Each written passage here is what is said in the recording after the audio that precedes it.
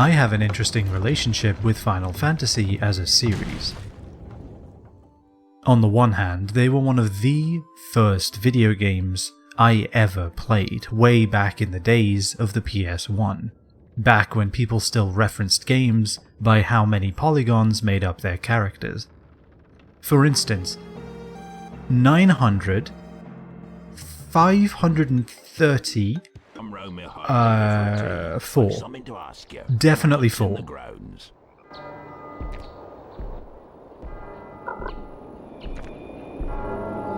I still remember my grandma taking me to the second-hand game store and saying I could grab any one game I wanted. That is where I discovered Final Fantasy IX, and with it a deep love of all things strategic and fantastical. It was the first game I ever played that told a complex tale with a sweeping cast of characters, all set in an expansive and detailed world. It introduced me to the idea of games as a medium for telling stories. And over the years, the series has continually delivered on that promise, repeatedly amazing with its graphical and narrative prowess. I was always all too ready to dive into whatever rich and vibrant world Square Enix offered up next. I adore these games, and I don't think it would be an understatement to say Final Fantasy forged a lot of my thoughts on what makes a great RPG. But on the other hand, I'd be hard-pressed to name a single Final Fantasy that fully realizes its vision. Even the series juggernauts, the undeniable fan favourites of Final Fantasy VI and VII, are not without issue. The former's story and pacing is far stronger in its first half, while there is still mystery to uncover and characters to unravel, devolving into a rather run-of-the-mill defeat the deity plotline the second act is over. Meanwhile, the latter's world is largely lifeless and barren, consisting of one fantastically realized cityscape surrounded by, well, not much, actually. I've often wondered if Final Fantasy VII would have been better off if it took place entirely within the walls of an expanded, more detailed Midgar. I'm of course talking about the original here. I haven't played the remakes yet, and I probably won't until they release the Kate Sith collection or something to celebrate the final installment. But amongst their individual failings, I've always found something to latch onto in every Final Fantasy out there. Well, apart from 13, but let's save that for another video. Take the incredible quartet of Final Fantasy XV as an example, a game that makes the interesting decision to cut away almost all of its story, packaging most of it into DLC and even a separate tie-in movie, which doesn't leave much of a narrative to speak of in the actual game itself, other than references to events that sound like they should be important. Insomnia Falls. What? This your idea of a... Oh, I'm sorry, did you want to know how one of your closest friends went blind off-screen during the main story? That'll be $5 additional. And we'll make you slog through this crappy 2-hour minigame that we cobbled together one afternoon that crashes constantly.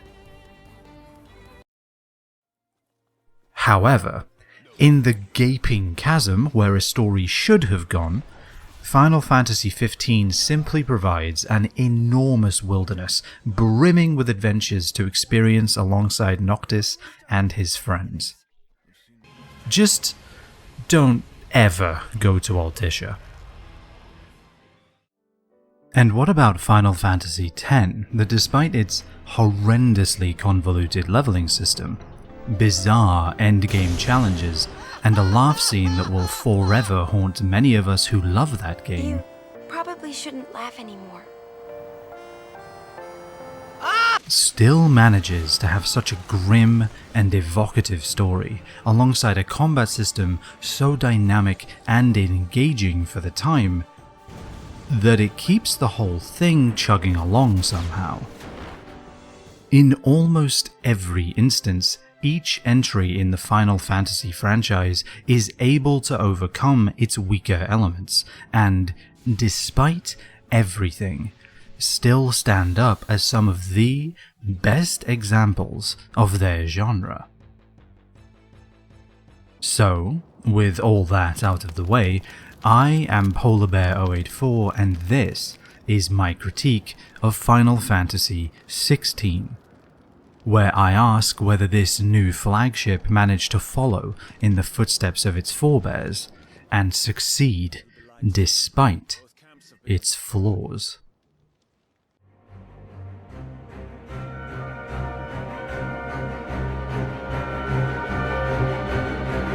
Yeah, it doesn't.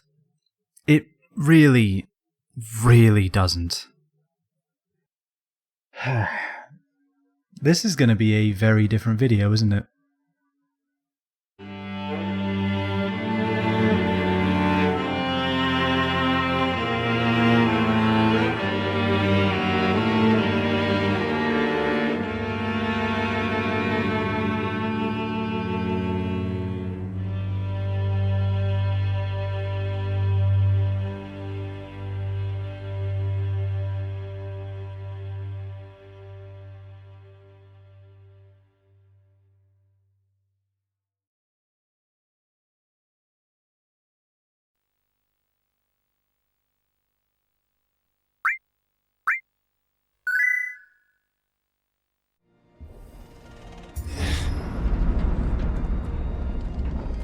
Final Fantasy XVI is a weird game. It has a world that appears enormous and yet feels so small to explore. It has a story that was going for grandeur, testing new ground and spanning decades. But it never gives itself a solid foundation to build that story from. While there may be things to do outside of this story, these quests are as hollow and as empty as the maps that contain them, and although it may have combat that looks astounding with impressive moves and earth-shaking duels, it all amounts to little more than a collection of flashy QuickTime events.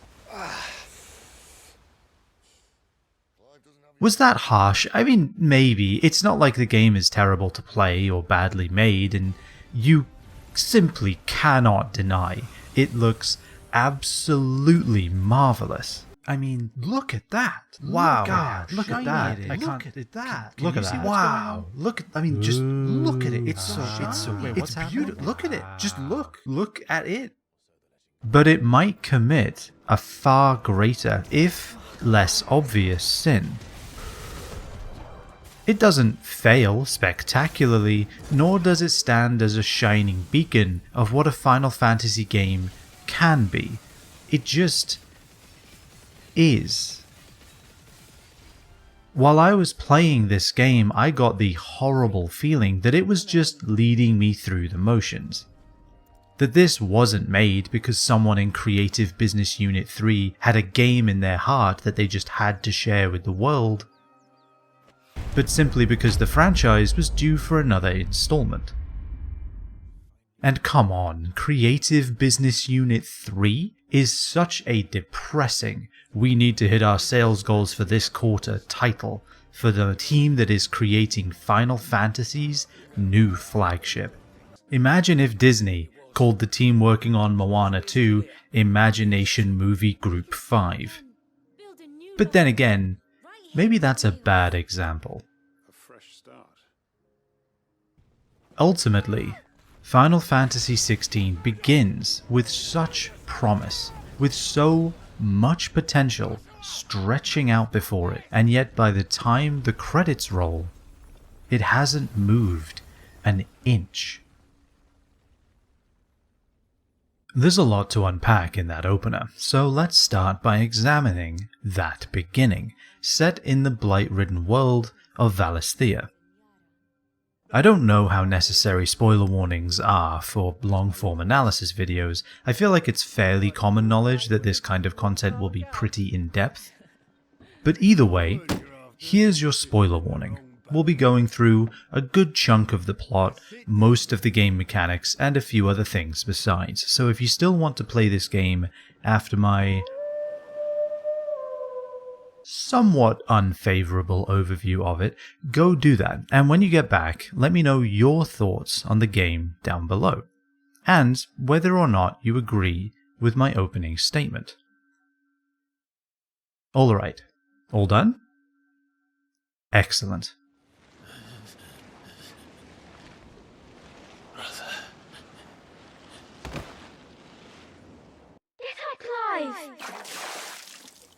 Final Fantasy XVI effectively opens with a young Clive Rosfield, firstborn son of the small duchy of Rosaria.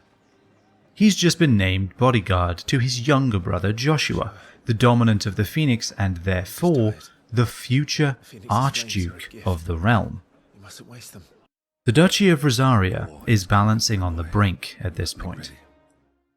The nation has been warring against the desperate northern territories for decades, large swaths of tribes and towns that have already lost their land to the mysterious blight, a decaying of the land with seemingly no cause that leaves it sapped of all magic, a blackened, lifeless husk. The blight is leaching the ether from the soil. While this war with the Northern Territories has quieted in recent years, it did lead to Rosaria losing its life-giving Mother Crystal to the nearby Iron Kingdom. Drake's breath was the source of the crystals that power much of life in Rosaria, from filling wells with water to lighting fires and cooking food. And with the blight covering more of the region's lands each passing year, Rosaria too is beginning to get desperate. So, their father, Archduke Elrin Rosfield, Joshua and the entire Rosarian army, seemingly these 10 guys and their chocobos, head to their holy Phoenix Gate to pray and prepare for war with the Iron Kingdom to take back that Mother Crystal. Clive does a side quest in the abandoned village of Stillwind and meets them a little later.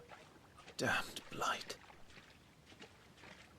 Alright, with me so far? This game is so dense with history and lore, to the point it started to give me flashbacks to Final Fantasy XII and its overwhelming world. I do think this game eventually manages to strike a much better balance than 12 did, but early on it is incredibly difficult to keep up with everything going on. But I promise, we're nearly done here. Now, while Rosaria borders the Northern Territories to the north and the islands of the Iron Kingdom to the west, it also borders the mighty Empire of Sanbreque, an ally and trading partner that holds a huge amount of the continent's land and military strength. So surely it doesn't stand to gain much by attacking a small duchy like Rosaria. So, naturally, that night at Phoenix Gate, This is Sanbreque Garb. Why would the Empire do this? They're our allies. in their defense, they do have the word Empire in their name. I think they're legally obligated to do exactly this. Their father is beheaded in front of the young Joshua, causing Joshua to lose control and Prime, temporarily embodying the powerful Phoenix. The Icon of Fire then proceeds to lay waste to everything nearby in a blind rage, incinerating friend and foe alike. He's lost control! Clive falls unconscious trying to reach his brother, and as he does, an impossible second Icon of Fire appears. Ifrit. The two demigods battle, eviscerating Phoenix Gate and the lands around it in the process, until eventually Ifrit gets the upper hand and violently unalives the Phoenix. Like, really violently.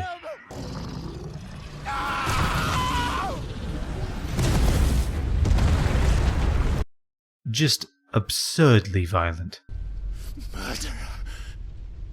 Clive vows to take revenge for his brother's death before he is dragged away into Imperial service as a bearer himself.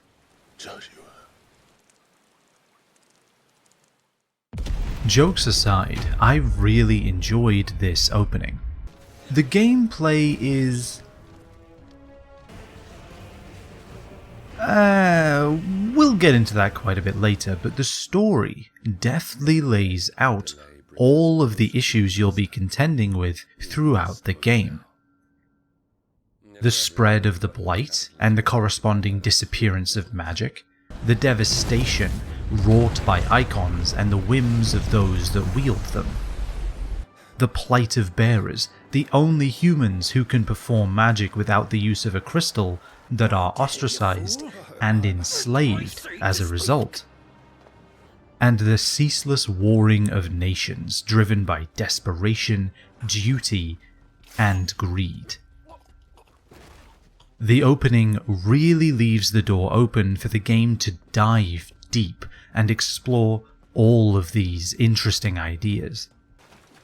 Clive finds his entire world in tatters, his family dead due to his own mother's betrayal, his realm left defenseless, and he himself enslaved by the treacherous Empire.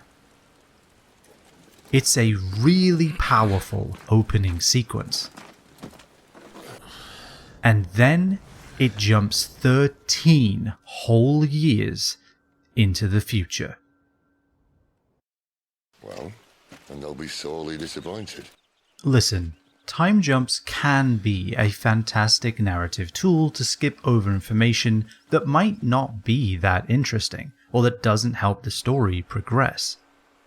They can be used for small things relatively easily, like how we didn't need to see Harry Potter get off the Hogwarts Express and arrive back with the Dursleys at the beginning of every book.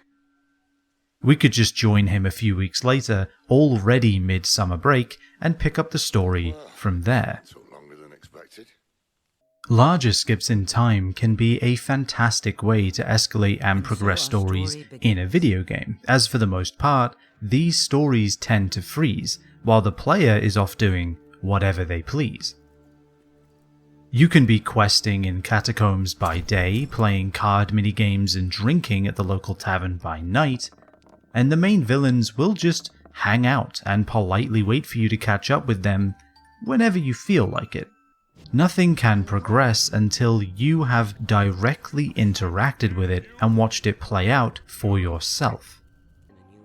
However, if you allow some time to pass, skipping forward months or perhaps even years, suddenly the world can change around the player without their input and give them something to pay attention to. Fable 2 shows this effect very well. A brilliant RPG from my childhood that I will not hear a bad word said about ever. This game was perfect and... Sorry, got carried away there. Fable 2 shows this effect very well because it's such a glimmering masterpiece. Around halfway through the game, you are sent to the massive Spire, a towering prison that has been capturing people throughout the land, forcing them to continue construction of the immense structure. You end up trapped in this skyscraper for an entire decade, and the world and your character is changed when you finally escape. Fledgling villages might remain ramshackle and destitute, but if you invested in their future a decade prior, you could find this shantytown transformed into a prospering hub of trade and entertainment. A local temple could be in ruins, or it could be growing its followers, with the nearby town benefiting from the flourishing religion. A farm could have fallen to bandit attacks, or it might be an idyllic homestead, free of fear and strife. While in the grand scheme of things these might be minor differences, they still enable you to see your impact on the world around you thanks to this jump in time. So what about Final Fantasy XVI? Well, Clive grew up, and that's about it really. Shortly after the events of Phoenix Gate, the Iron Kingdom raids Rosaria, and the Empire responds by sending a proper force to its territory to defend and set up a garrison there, but after this, nothing noteworthy happens in the world for 13 years. More importantly, none of the characters act as though this time passed. It's like Clive was frozen for 13 years and was woken up just before the story resumed, because we never hear about anything that happened to him while he was an Imperial bearer.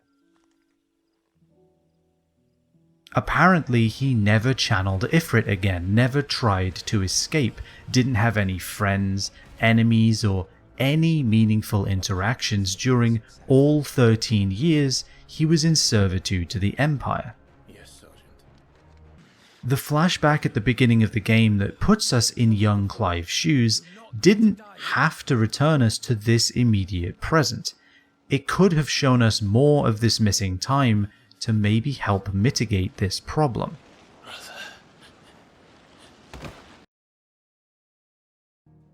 If you would allow me another tangent, and I guess it's not like you really have a choice in the matter, there's a fantastic movie, and, in my opinion, equally fantastic book called The Count of Monte Cristo that shares similarities with Clive's story. If you haven't seen it, go do that, because I don't want to spoil any of it. Count on revenge. Maybe read the book too, since it's out of copyright and you can get it for free. I'll even link it in the description, and then you can continue from here. Done? I never thought I'd be handing out reading assignments for one of my critiques, but here you go.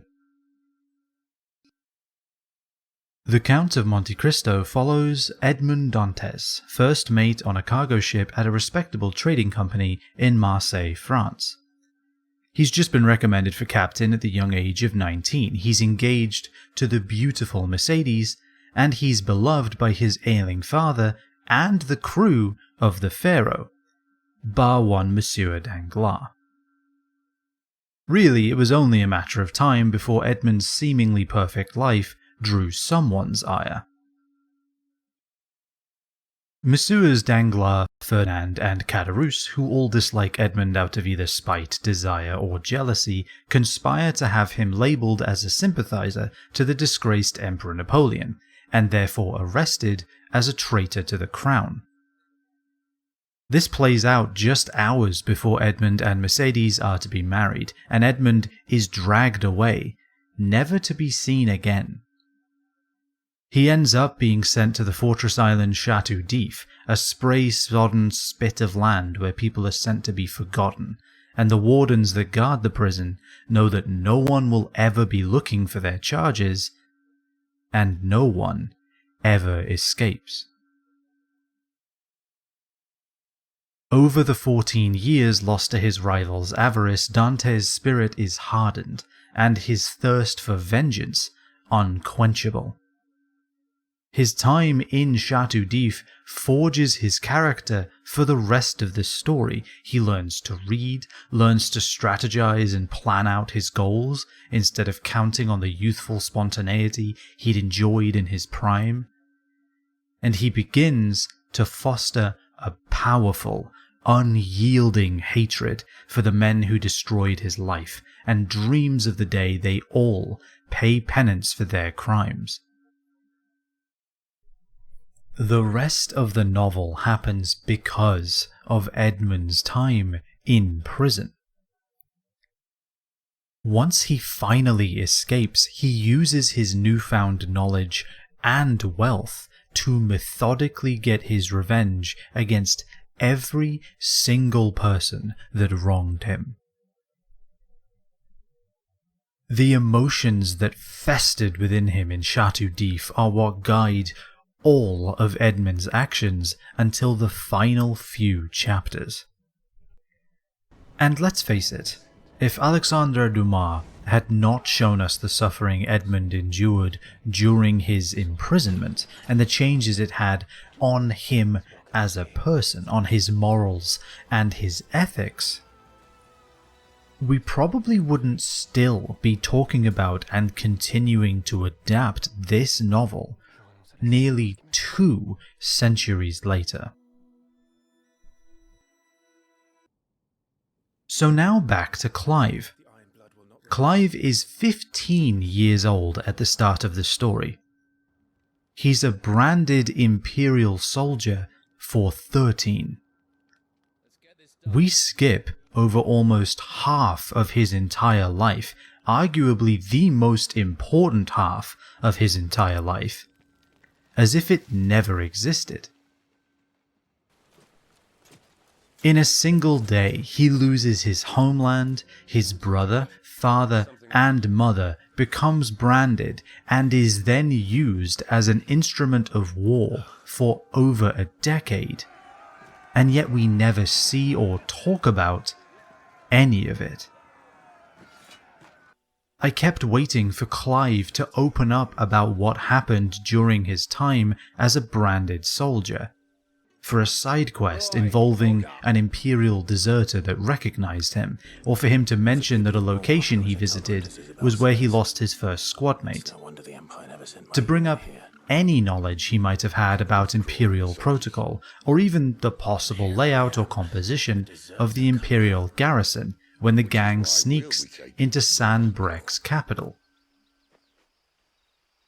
Just anything that would make it feel like this was something this character actually went through, anything beyond the hand-waving statements we get. It was only Joshua that kept me going. Just to reiterate, skipping over some time in a narrative is a really effective tool. I would hardly expect the game to recount every little event that Clive experienced during those 13 years. I don't need to know what he had for breakfast every day.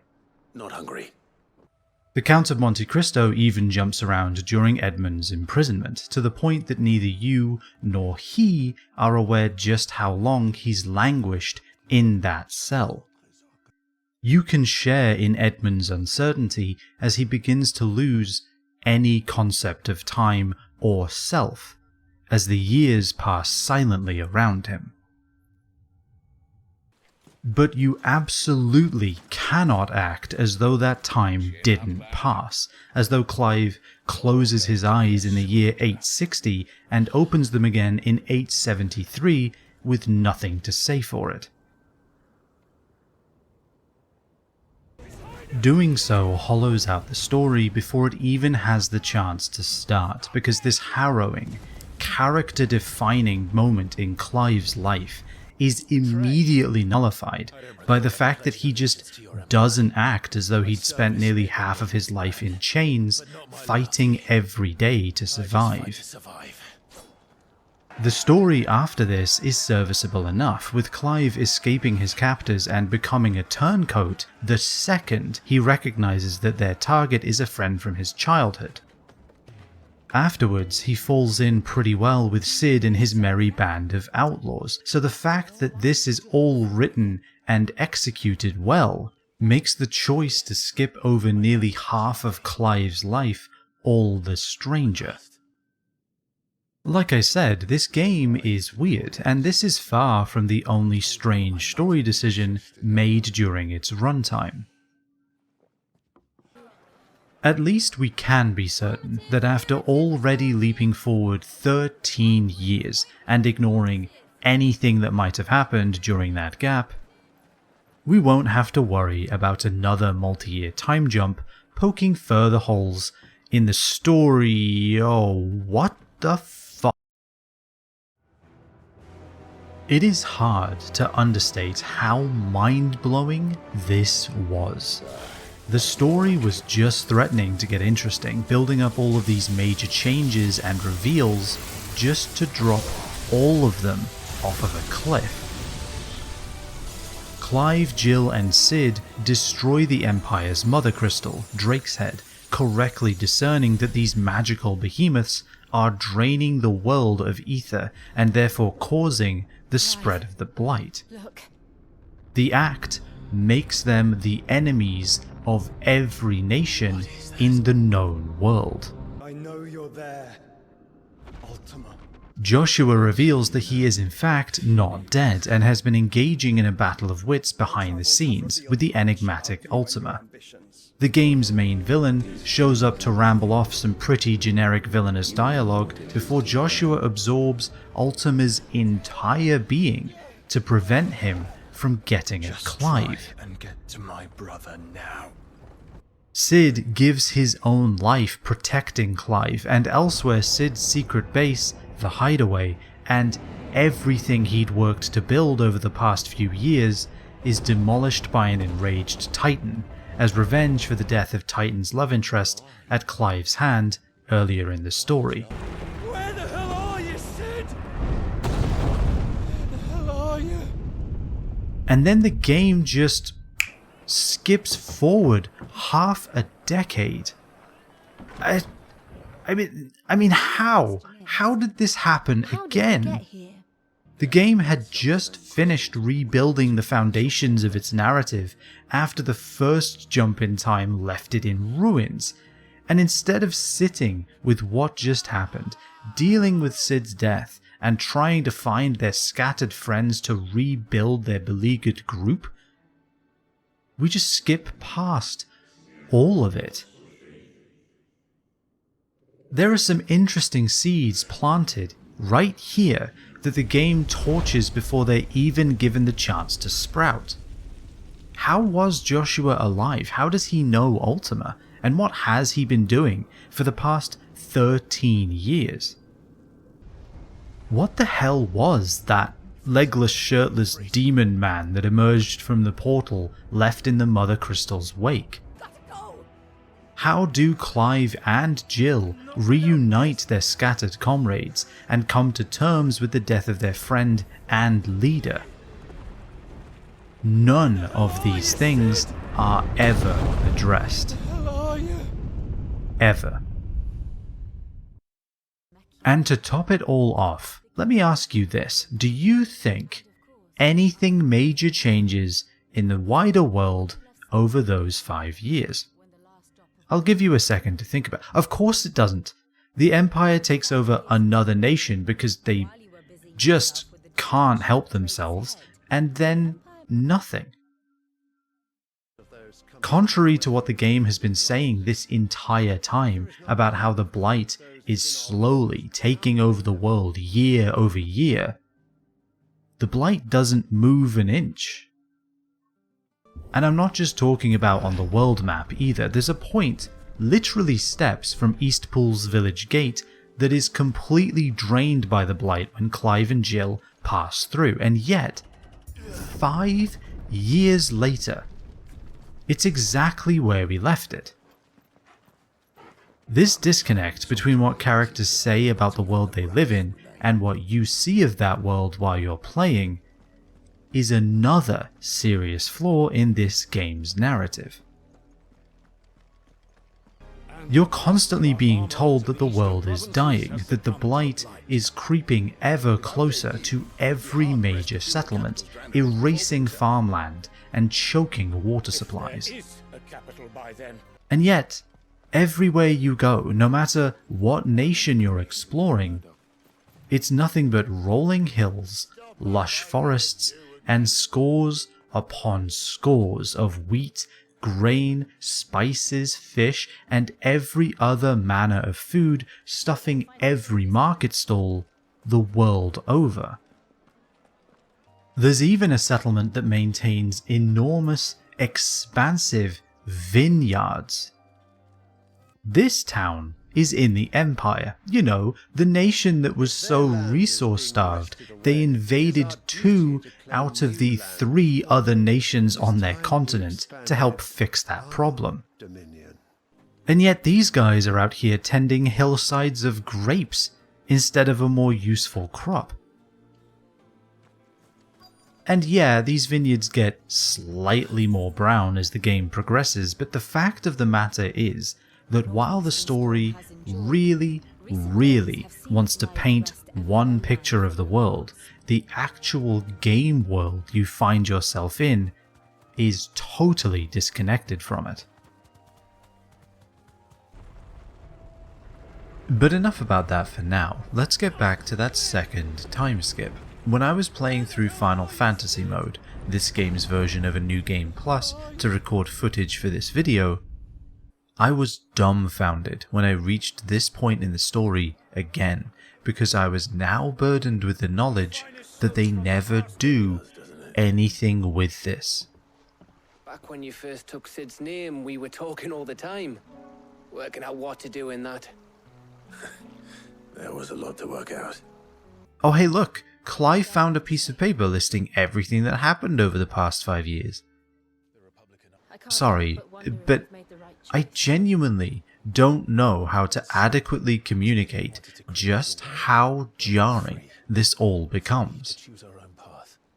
Clive and Jill are talking about events that for them happened half a decade ago, as if they just occurred last week. Gav even reports on the Empire taking the Crystalline Dominion as if it's new information, even though the Empire's armies marched on the Crystalline Dominion 5 years ago. The group has made no progress scouting out any of the Mother Crystals, or even deciding which crystal should logically be their next target, and apparently Clive literally only just got his brand removed.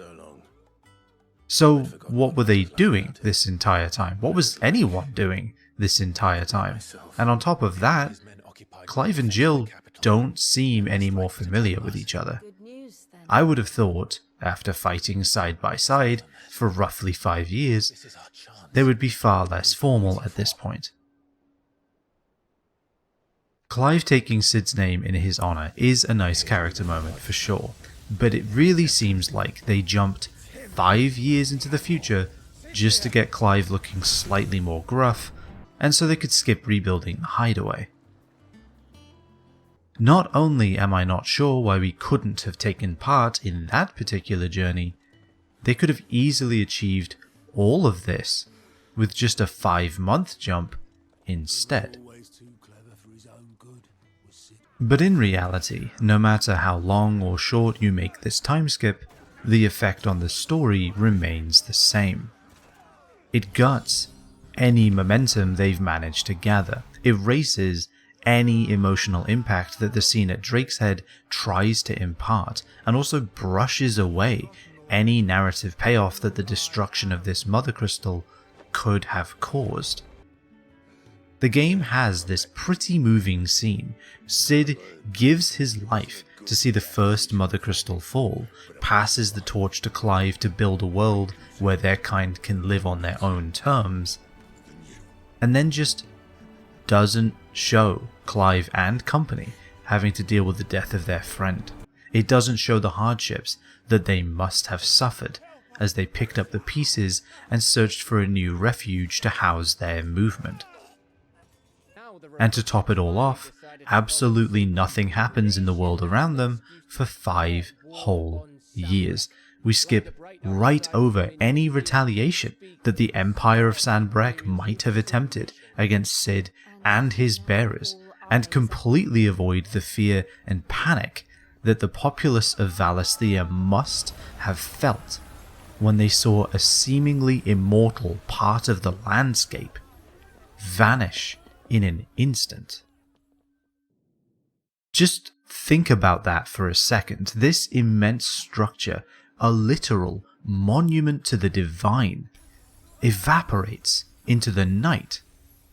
And we never confront how that must have impacted both the nations that use these monoliths as the seat of their power, and the people that look to them for guidance.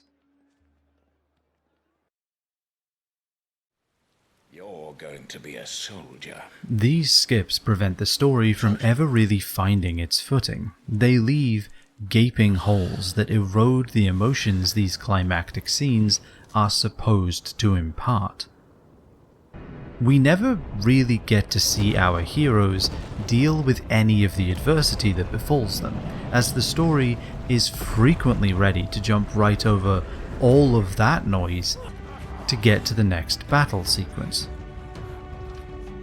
It leaves the narrative feeling weightless, as any heavy consequences, like the hideaway being demolished, Cid's death, or even the complete destruction of Clive's life and family, are left years in the past.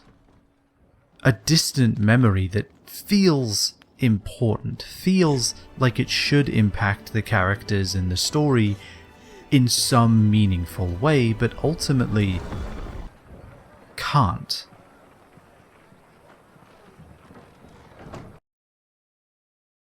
Side quests could have helped alleviate this problem. They could have been used to supplement the main story, to fill in the holes left in its wake and add more depth to the world around Clive and the people that inhabit it. But, well, For your troubles.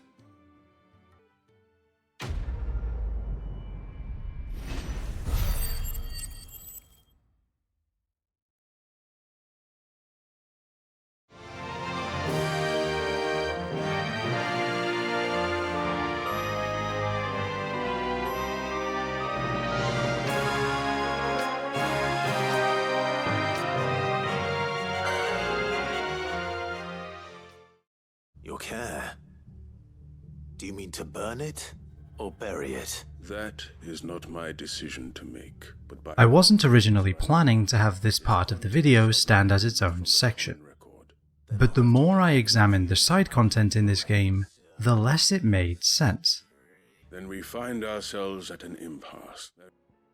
There are so many side quests to do throughout the story, about 76 by my count, and I'm being completely serious when I say most of them are not worth your time. The introductory quests start off decently, using a simple task like delivering food to the inhabitants of the hideaway, to get you acquainted with this new location and its people. This concept could have been a great building block, with side quests throughout the game being used to reveal more about the settlements you visit and the characters you meet. However, they never really progress beyond this initial premise. Most quests end up functioning as shallow excuses to have Clive go grab and or kill something with the thinnest addition of world building possible. Sorry, Randall. Looks like I was too late. Go fight some wasps and bring back some soil. Yeah, they mention that they're trying to grow apples in the Blight, and there's a mild payoff later when you hand out some of those apples. But honestly, this is ridiculously basic when it comes to world building. This quest has no impact on how the hideaway looks. They don't end up adding more plots or expand the growing area afterwards, nor does it seem to affect the taste or look of the apples that are grown later. You don't even technically need to do this quest to get access to that quote-unquote payoff anyway, so, you know. This guy dropped his crystal 50 yards away. Go kill a crab and retrieve it for him. How this boilerplate fill-in-the-blanks MMO quest is worth putting into this game is beyond me, and it is far from the only one like this. Just outside of this same village, a guy is trying to kill some wolves. So you go kill the wolves. Now, these are earlier quests, so before anyone accuses me of cherry-picking, I will admit there are some slightly better ones in the later game that actually do have some interesting lore or character moments attached. But they simply don't redeem the side quests as a whole.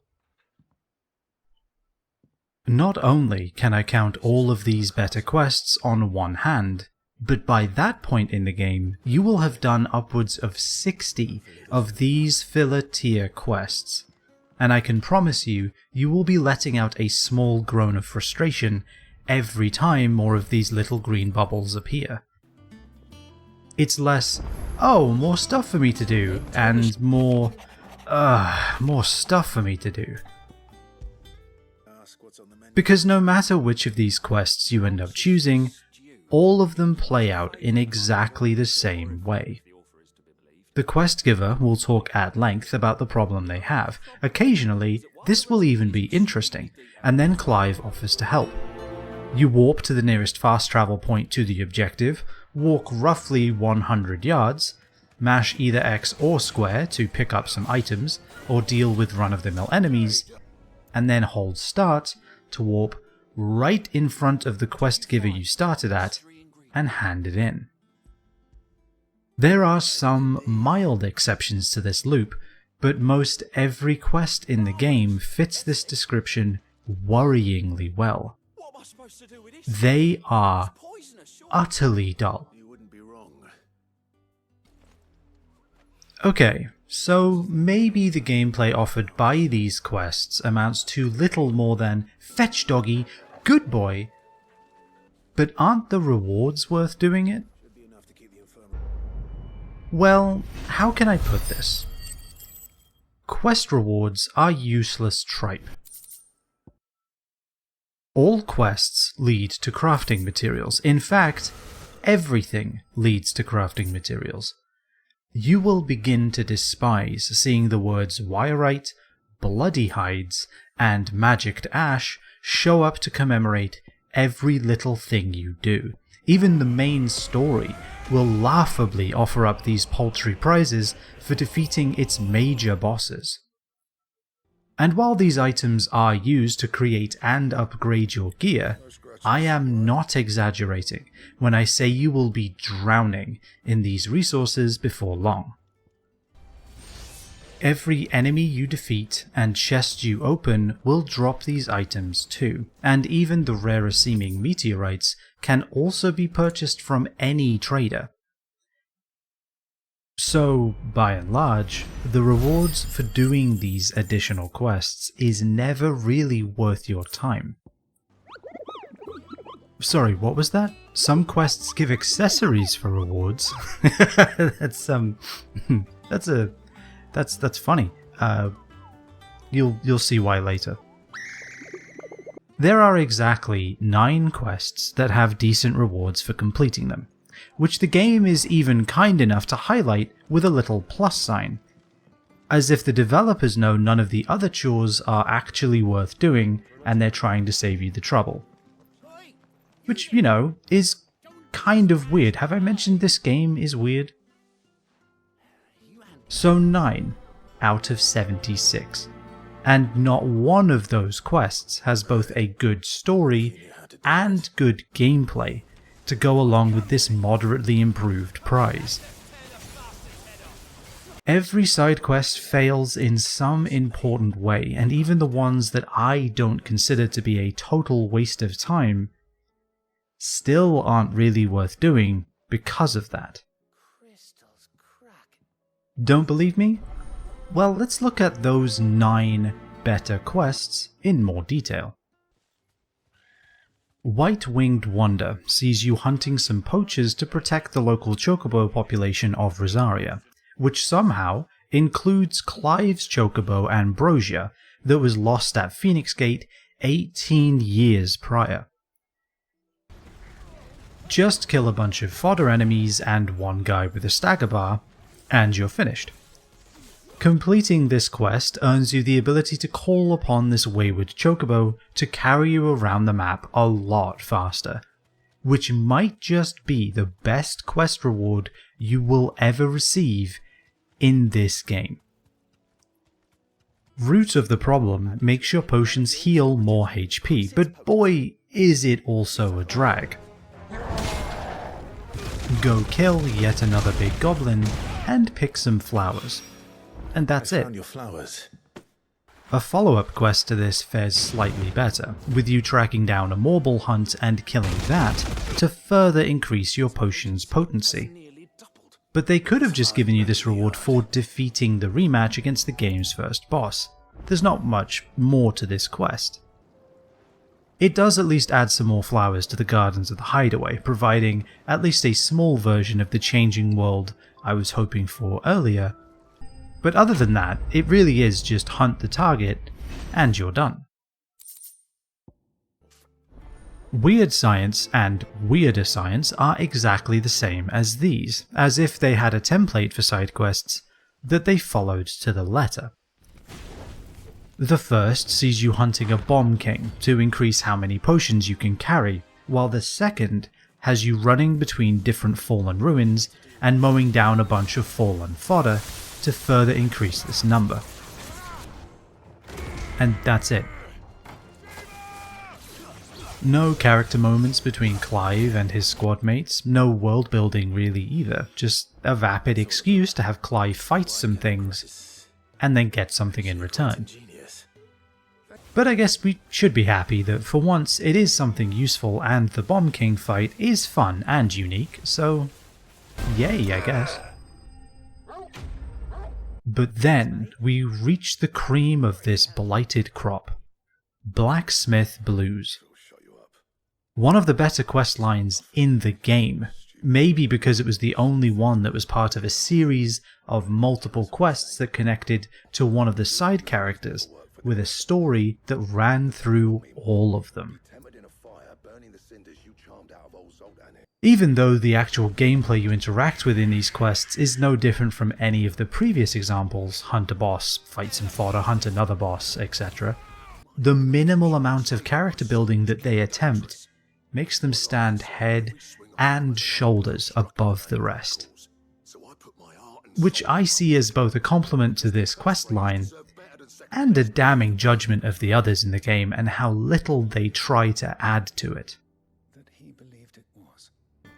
You find out more about Blackthorn, the Hideaway's bristly blacksmith, and discover that he cares deeply about the quality of his smithing, to the point of insecurity if he sees a blade or technique that he can't get his head around. Made my stuff look like every clumsy shit. Honestly, it was one of the few character moments for the folks that hung around the Hideaway that actually made them feel human, rather than just being item dispensers for the main character. Not bad, if I do say so myself. Finding out that Blackthorn, this seemingly tough, no-nonsense smithy, was so deeply passionate about his profession, and uncertain of his own work at times, was a really personal touch. It was one that made me appreciate him more every time I interacted with him from then on. This is what the other quests are missing, and what the quest creators should have aimed to do with every single one of them. Add just slightly more detail to the people that Clive works with, to make their contributions to the story that little bit more meaningful. You do visit his hometown in the later two quests, but the writing was so shamelessly surface level in these segments that the game might have been better off if it stayed focused on Blackthorn as a character, and the quirks and foibles that make him who he is. I simply don't believe that a decades-long bitterness like that found between Zoltan and Blackthorn would mend that quickly, or that gracefully. But I did at least like the idea of us learning more about him and his origins. Then tap the kegs! Vulcan's boys are on their way! And honestly, it's the kind of quest chain that every major character in the Hideaway should have gotten. It also helps that these quests actually do have decent rewards, giving you strong gear to craft in the earlier installments, and ending by giving you Ragnarok, the second strongest weapon in the game, and the recipe for its successor, the Götterdämmerung. So at this point, I'm sure a few of you might be asking, Polar, if most of these quests are as pointless and inconsequential as you say, Is it really worth dedicating all this time to talking about them? To which I respond, kind of. These quests, alongside the boss rematches found on the hunt board, are what push a playthrough of this game from 35 hours to well over 70. Honestly, for reasons we haven't quite gotten to yet, this side content is actually where the majority of the gameplay exists in this game, probably close to 70% of it. By far and away, side quests only ever provide one thing that makes engaging with them worthwhile. It isn't the rewards they offer, and as you'll see later, it definitely isn't the gameplay, and I'll give you one guess what it is. But my feelings on the Blacksmith Blues questline might have already tipped you off as to what that might be. Yep, world building. The only time I felt these quests weren't just idle excuses to send me to an arbitrary dot on the map was when they attempted to add something to the world or characters around them. And I'm not really talking about the mere curiosities that already exist in the game, like how smugglers move crystal fragments across Northreach's checkpoint, or that bandits exist and occasionally try to rob Martha's Rest. I'm talking about the follower quests you unlock for people like Jill, Joshua, and even Torgal that expand not only their characters, but also Clive's relationship with them. Take Jill's quest, Priceless, that unlocks a little way into Act 1, just after you've gotten to Northreach and have been adventuring with Jill for a while now. It sees Clive searching for a field of snow daisies, a flower that he once hoped to see with Jill during their childhood, but a storm prevented them from ever reaching their destination. You fight some wolves, and probably the 30th minotaur you've encountered in the game, and then bring Jill to the flourishing field, and finally finish the quest they started as children so many years ago. Now, most of this doesn't sound all that spectacular, although you are at least learning a little more about what these characters were like earlier in their lives, but at the end of this quest, there is a cutscene between the two childhood friends. They discuss their relationship, how they've always been there for each other in the past, and where they might see themselves in the future. Clive pledges to help Jill see more of the world after this adventure reaches its end, and at the conclusion of the scene, Jill permanently joins your party for the remainder of the game. It's a really nice moment where these two begin to rebuild their broken relationship, and it provides a great point to continue building that friendship from. You could easily see later quests with Jill that build upon this scene, quests that give Clive and the rest of his retinue time to bond, providing some much needed character building to the many people you work with throughout the story. Jill, Joshua, and obviously Gav would all get a minimum of 3 quests like this one that unlock as the game progresses, each one building on the last to fully examine the people that aid Clive on his journey and the different relationships he has with them. And as great as that all sounds, I'm afraid it's time for me to admit I have been lying to you, and I'm sure many comments are being furiously typed at this very moment. I do apologize for my misdirection, though I hope you'll see why I did so shortly. This quest does happen. This tender moment between Clive and Jill occurs exactly as I described it, but it does not take place towards the conclusion of Act 1. Nor does it happen anywhere in Act 2. No, this scene, which feels like the beginning of a deeper relationship between these two characters rather than the end of one appears mere moments before you fight the final boss. I did promise we'd watch the moon together. I'll be waiting. Seriously, you're getting ready to end the game, the stage is set, the stakes are raised, and bam! A field of green punctuation marks flood the horizon as every side character in the game suddenly realizes that they should maybe spend some time with Clive on occasion. Now, before you all continue typing your next rebuttal, I actually do like that the game has this farewell tour with these characters before Clive leaves for a fight he could very well not return from. I like that all these people know his victory isn't guaranteed simply because he's the main character of the game.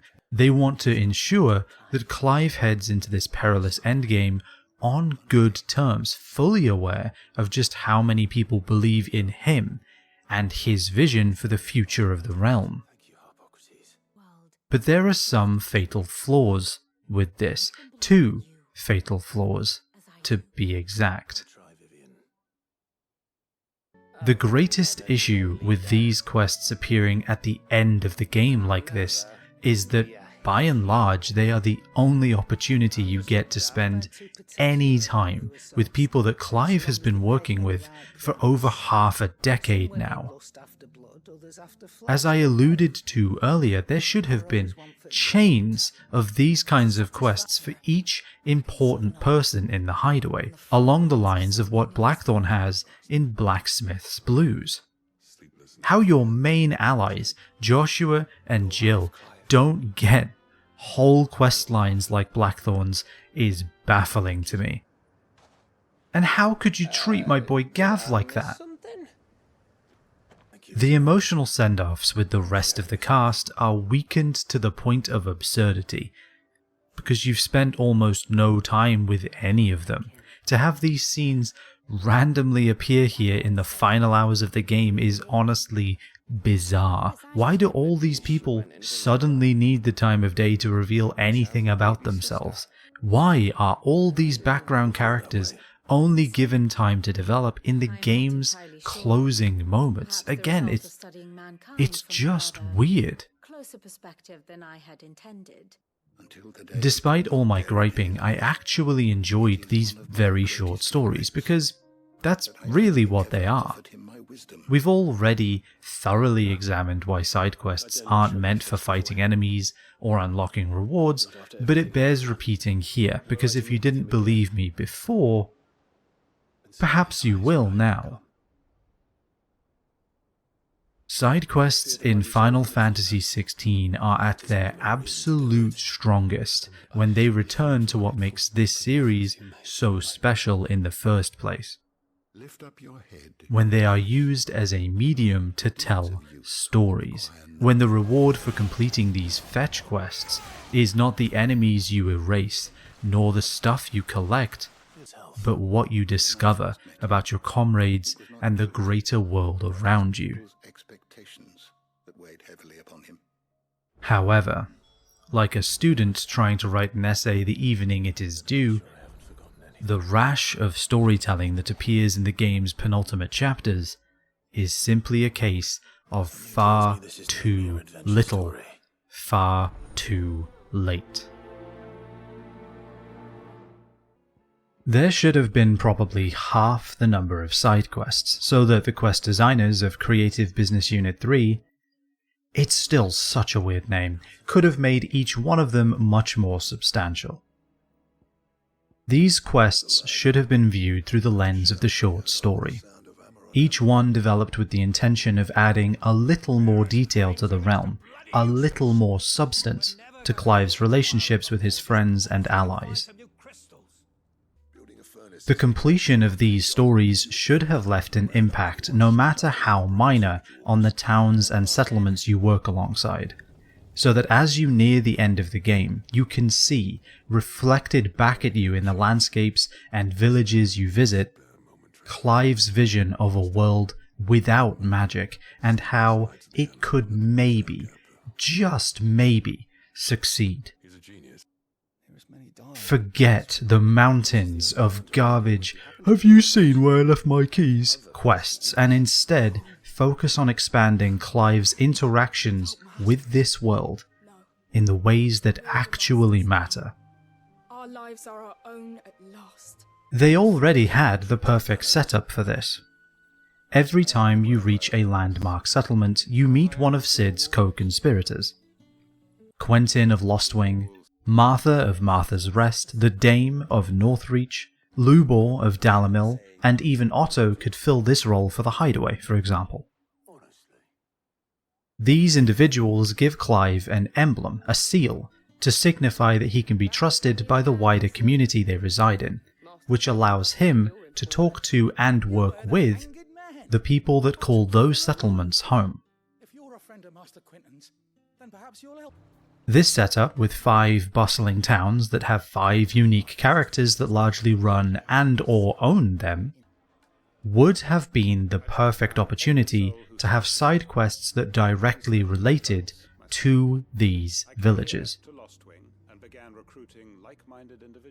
Your contact could have a large project they wanted to complete, to improve the town or the nearby region, and all of the side quests in the area could have been directly related to that endeavor. Begged for mercy, and I cut him from ear to ear. There's something similar to this already in the area of Martha's Rest, Rekindling the Flame 1 and 2, where you help the bearers in the region re-establish the village of Eastpool. Years after its inhabitants were brutally slaughtered for trying to provide refuge for the duchy's bearers, you help them clear the bandits that have taken over the town in the first quest, and then defend against a monster attack in the second. While this does show the potential that this side quest framework could have, you don't really get to know Martha or Wade any better for doing this 2-part errand. And it also suffers by, again, being part of the later game quest dump that happens towards the middle of Act 3. If these occurred earlier in the game, I feel like they would be much stronger for it. Imagine if, instead of such riveting adventures as walking a few hundred yards to find a missing bearer, or delivering a box of greens to the stables, more quests existed that worked towards rebuilding Eastpool and helping them deal with the Blight. You could share the advancements that the researchers of the Hideaway have made, maybe get Mid and Otto involved to provide guidance on how a town this close to the Blight could manage to survive. With each quest, Eastpool could change slightly, with more defenses built, more technology installed, and maybe some other structures appearing as quests are completed. Having side content that actively helped the regions you are allied with, giving you the positive feedback of actually improving the world based on your actions, and that let you get to know who Cid's old compatriots were as people, would be a great improvement over the meaningless chores the game currently doles out. Hell, you could even use this opportunity to learn more about Cid, since you don't really get all that long with him, and yet despite that, he's one of the most memorable characters in the game. I knew so little about him.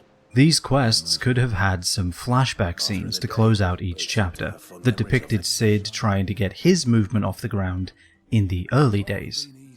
The struggles he endured, the prejudices he faced, and how he as a person handled them. In other words, they could have provided the best reward that side quests in this game have to offer, adding detail to the world you inhabit and richness to the history that came before you. See how much better that would be already? What happened? Alright, I think that's enough daydreaming about what could have been. I do believe these changes would not only have been possible, they would have vastly improved the extra 40-ish hours you could spend playing this game. But the way Creative Business Unit 3 chose to implement them currently, side quests are just a long, laundry list of errands that random people need your help with, that simply are not worth your time. Side quests fail. While that might be somewhat blunt, I hope I've provided an overly thorough examination to prove that fact. Having completed every single quest for this critique, all 76 of them, twice, I can say without a doubt that they failed. They don't add all that much to the world, don't allow you to learn more about the allies that you support, and they absolutely don't offer anything worthwhile for completing them. If you ignored these green bubbles during your time with the game, don't worry. You didn't miss anything.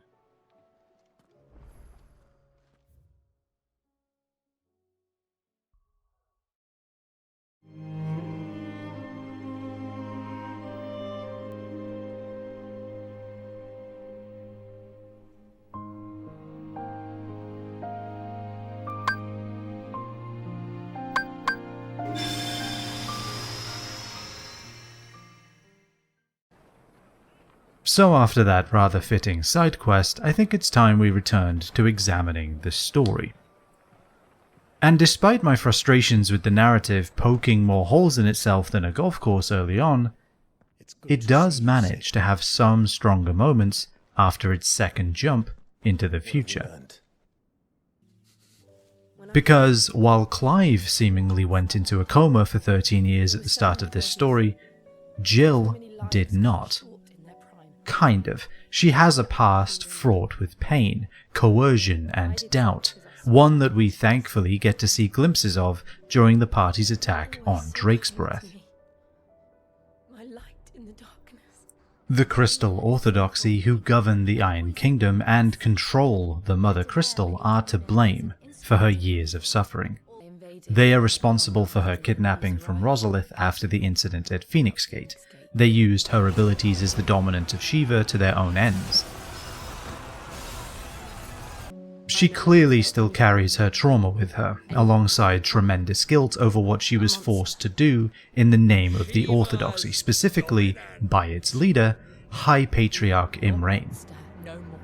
This all builds into a very cathartic scene where, having helped Clive demolish Drake's Breath, the Mother Crystal the Iron Kingdom ripped from Rosaria's clutches years ago, and worship as a deity, Jill confronts Imrain and runs him through. And become an outlaw. May the blessing of the crystals go with you. See how interesting it can be to have characters react to time that passed off-screen as though it actually happened? Clive? No? The next arc is fairly decent too. Hugo Kupka has been hunting for Sid's head ever since his girlfriend died at the hands of Clive and Sid 5 years earlier. You may remember that the Dominant of Titan even demolished the original hideaway as revenge for Benedicta's death, and Clive and company have apparently been dealing with Hugo's private guard in the years since. And not a very good one.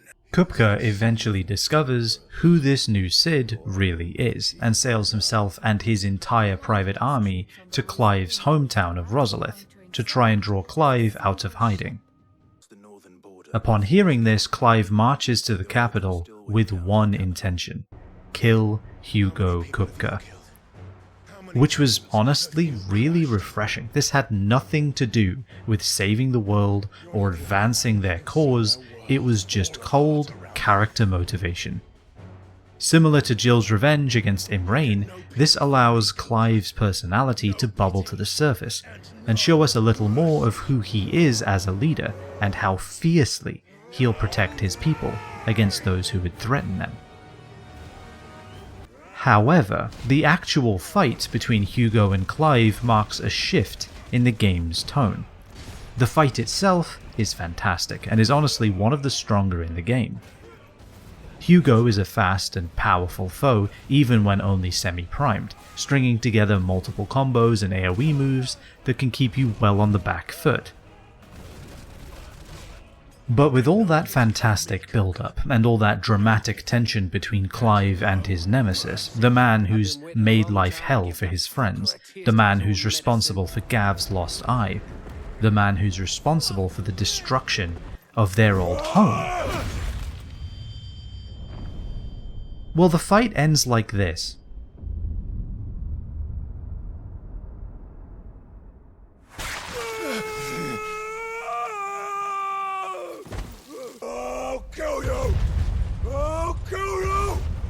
Now, so far, for a story that largely involved enormous demigods punching each other, Final Fantasy XVI had managed to stay pretty grounded.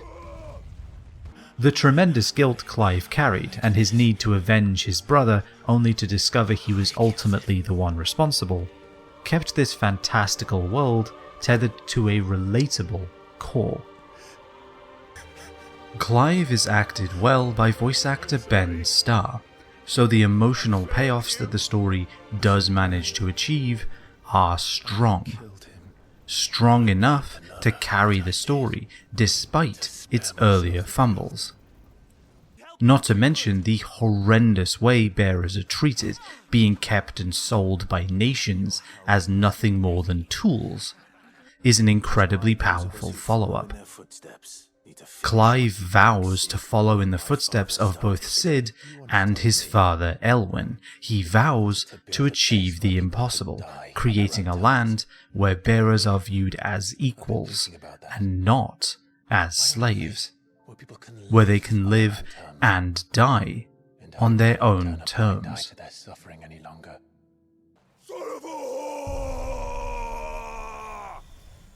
But this fight with Kupka marks the meeting point of a few cracks that have been forming in this game for a while now.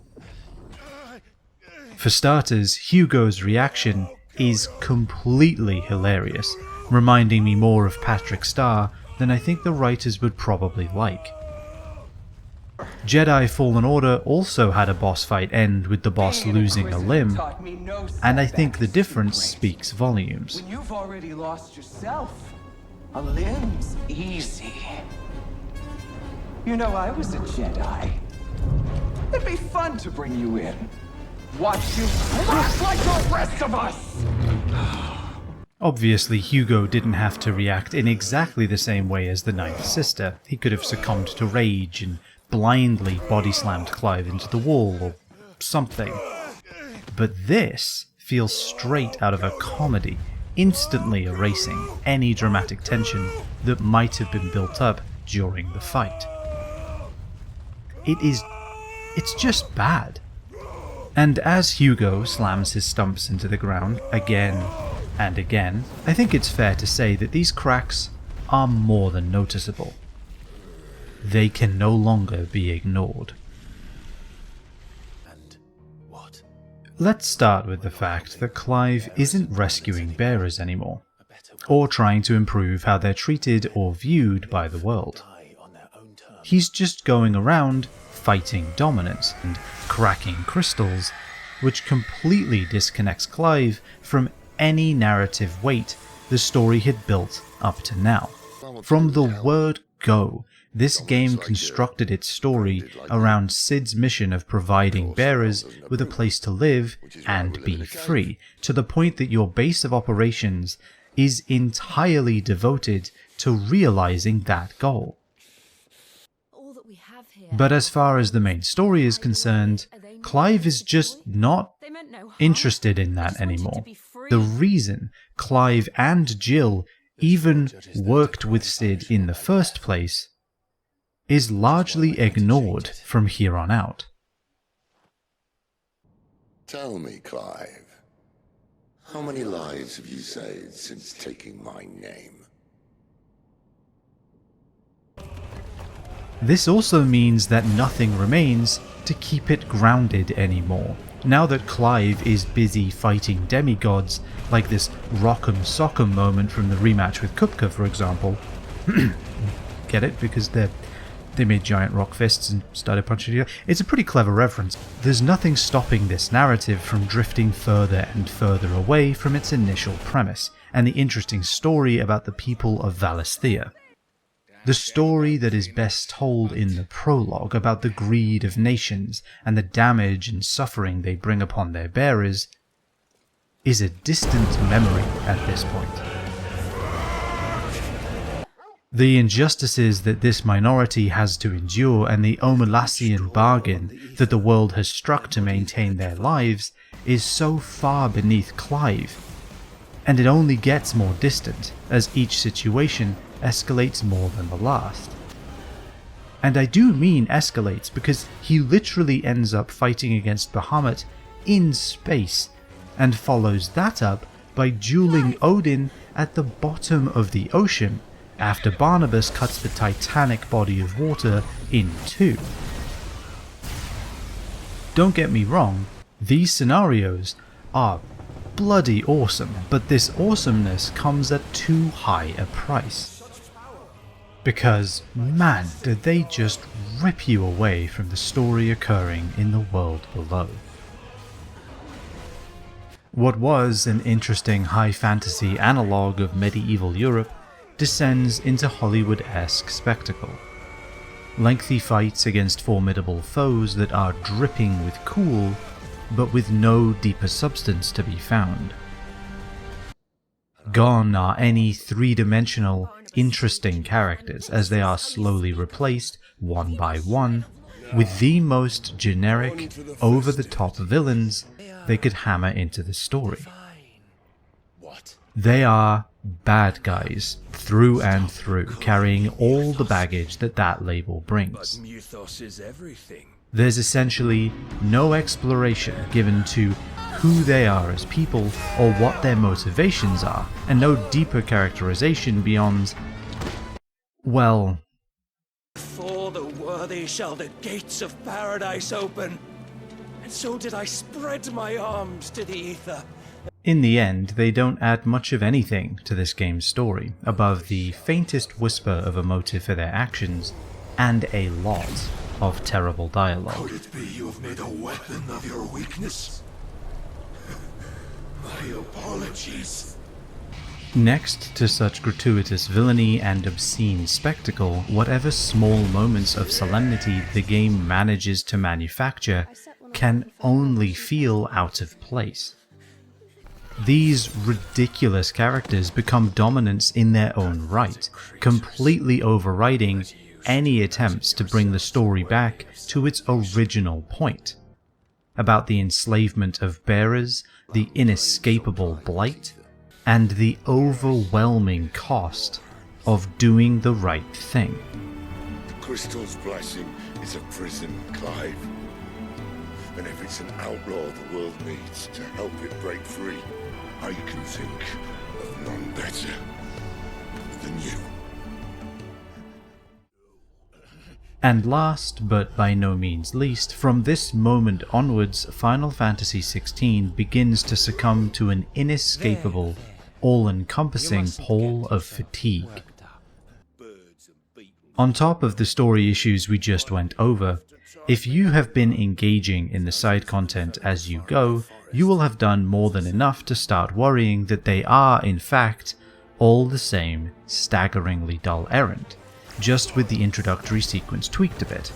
And, as we explored earlier, you'd be correct to worry that these continue to have very little in the way of depth or reward.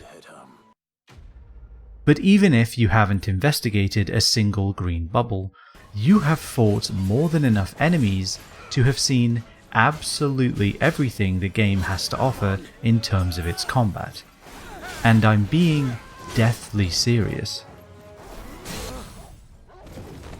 We'll go into a lot more detail than you probably want about this shortly, but suffice it to say, you have reached the ceiling of what combat in this game can offer once you reach Hugo's castle, arguably even far before that. You will continue to unlock more iconic powers as you topple each crystal's dominant, but even though each Eikon offers 4 new abilities and a unique power for you to utilize, for reasons that I still simply cannot wrap my head around, these new abilities really can't affect the gameplay all that much. But like I said, we'll dive into that rat's nest shortly.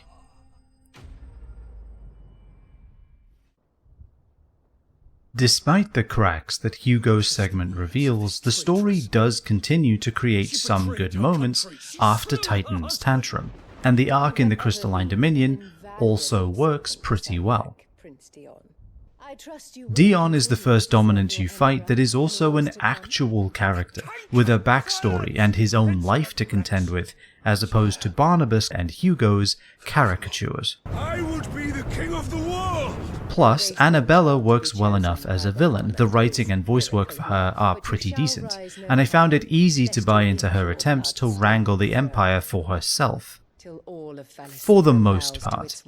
However, this is all eventually undermined because everything ends up just being Ultima. I was so interested to see how Annabella was able to place an entire empire under her thumb, and what her motives were for doing so in the first place, but nah, I guess it was just Ultima the entire time. Great. I guess I'm left to assume she did all this just because she was tired of standing up all day. And I mean, the Empire's chairs do look pretty comfortable, so I can't say that I blame her.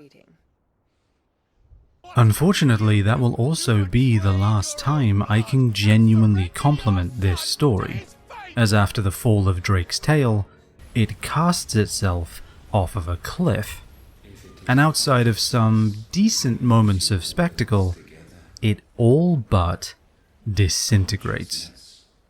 Remember how earlier I mentioned that Clive's mission has completely changed from its origins, how it used to be all about freeing bearers and trying to change the world for the better, but somewhere that got misplaced for punching demigods really hard. Well, this too was just a holdover, as after this it gets tossed aside to focus on fighting one actual god, Ultima.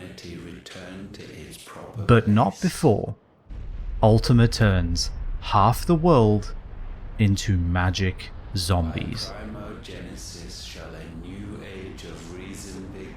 It was this moment where I realized I had completely misinterpreted what this game was trying to do. What I had thought was a serious narrative with an aptly brutal setting was just an exercise in extravagance. What I had seen as interesting undertones, with the game frequently touching on the foul ethics of a society built entirely on the backs of slavery, or the soulless atrocities that are sanctioned when nations use their superpowered arsenals without hesitation, ended up just being an excuse for breathtaking spectacle at any cost. Despite its best attempts to appear otherwise, with ample scenes of brutal deaths, nude characters, and other assorted mature themes, this game refuses to take itself seriously.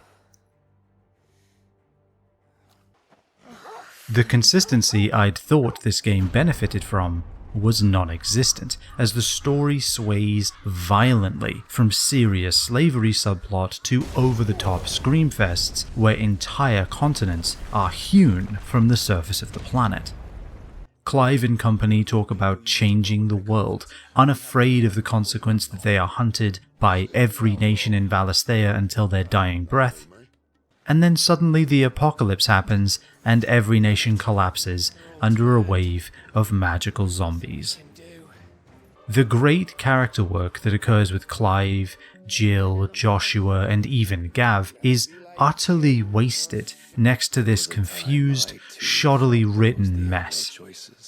The chapter after Ultima Cast's Primogenesis is called Things Fall Apart, and honestly, I agree. It is here that the story in this game goes from flawed but interesting to rushed and incoherent. You spend the remainder of the game running across a barren continent that on paper is larger than any other nation you've explored up to now, but in reality is nothing more than a very long, very boring corridor. The king that presides over this enormous wasteland feels like a side character in his own kingdom.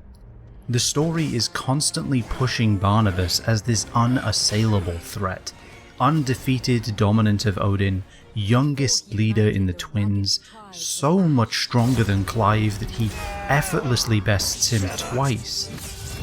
All this time spent building up to this climactic duel between Ultima's chosen, and then you finally get here and he's positioned as nothing more than an annoying henchman.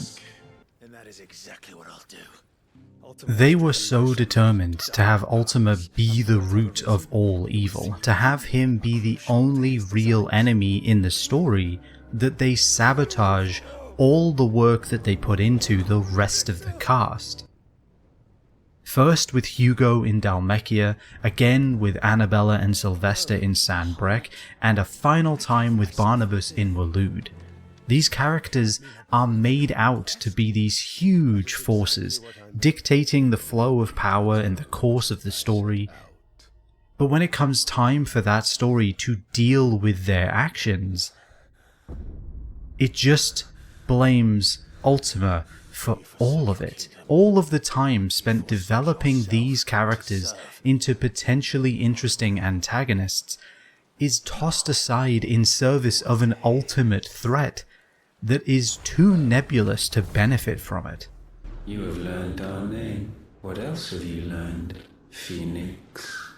His multiple appearances throughout the story are so surface level and purposefully vague that Ultima himself feels tacked on.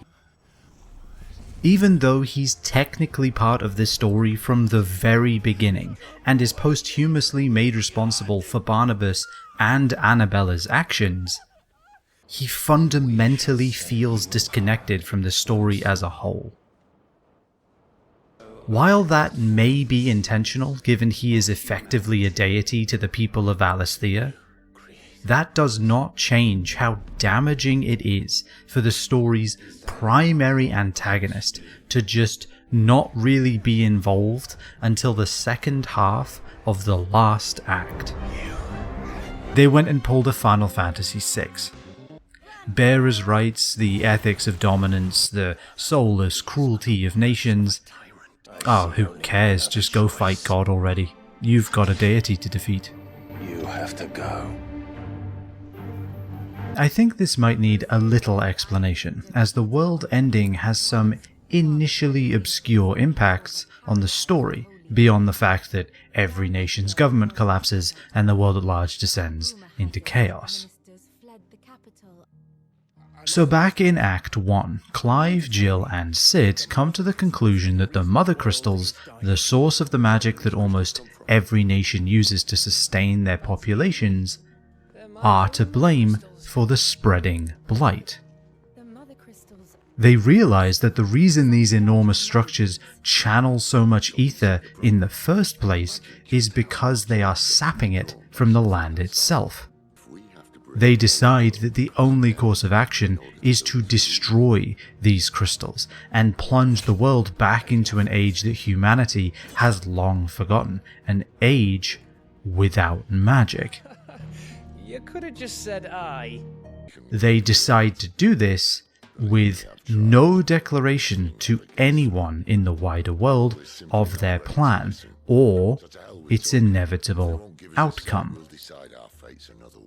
To be clear, the world of Valisthea is completely dependent upon the crystals and the magic they provide, to the point that they even use the magic to dry their laundry for some reason.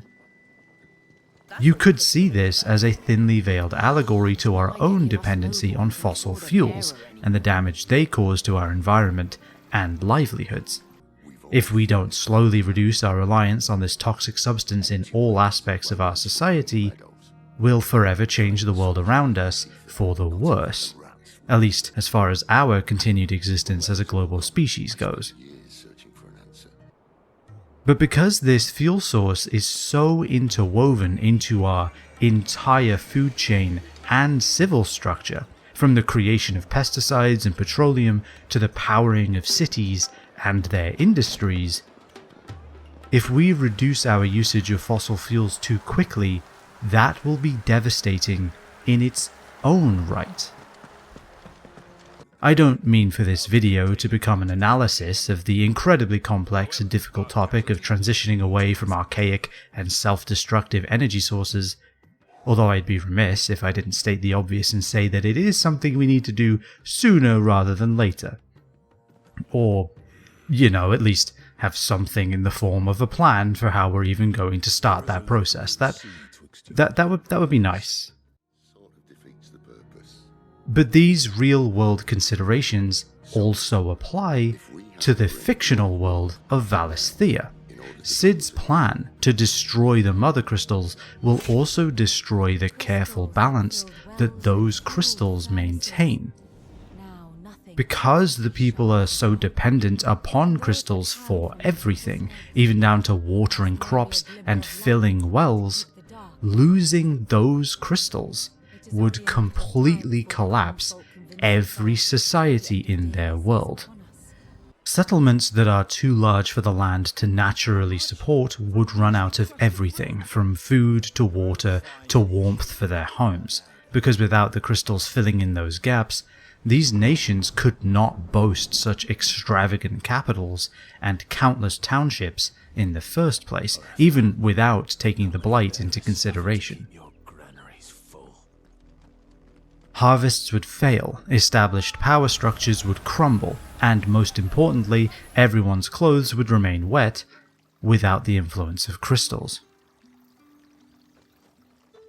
The point I'm trying to make here is that potentially hundreds, maybe even thousands of people would die as an indirect result of Clive's actions.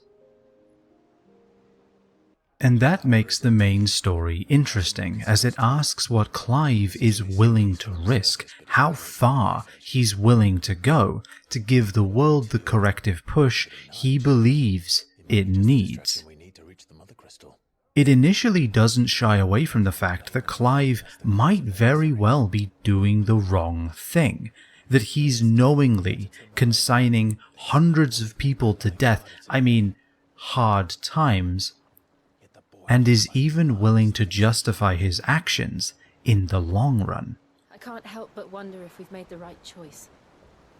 The enslavement of bearers is unarguably wrong. Morally, Clive is correct to want to see that system disintegrate into the twilight. But can he really say that he is right, that his actions are completely justifiable?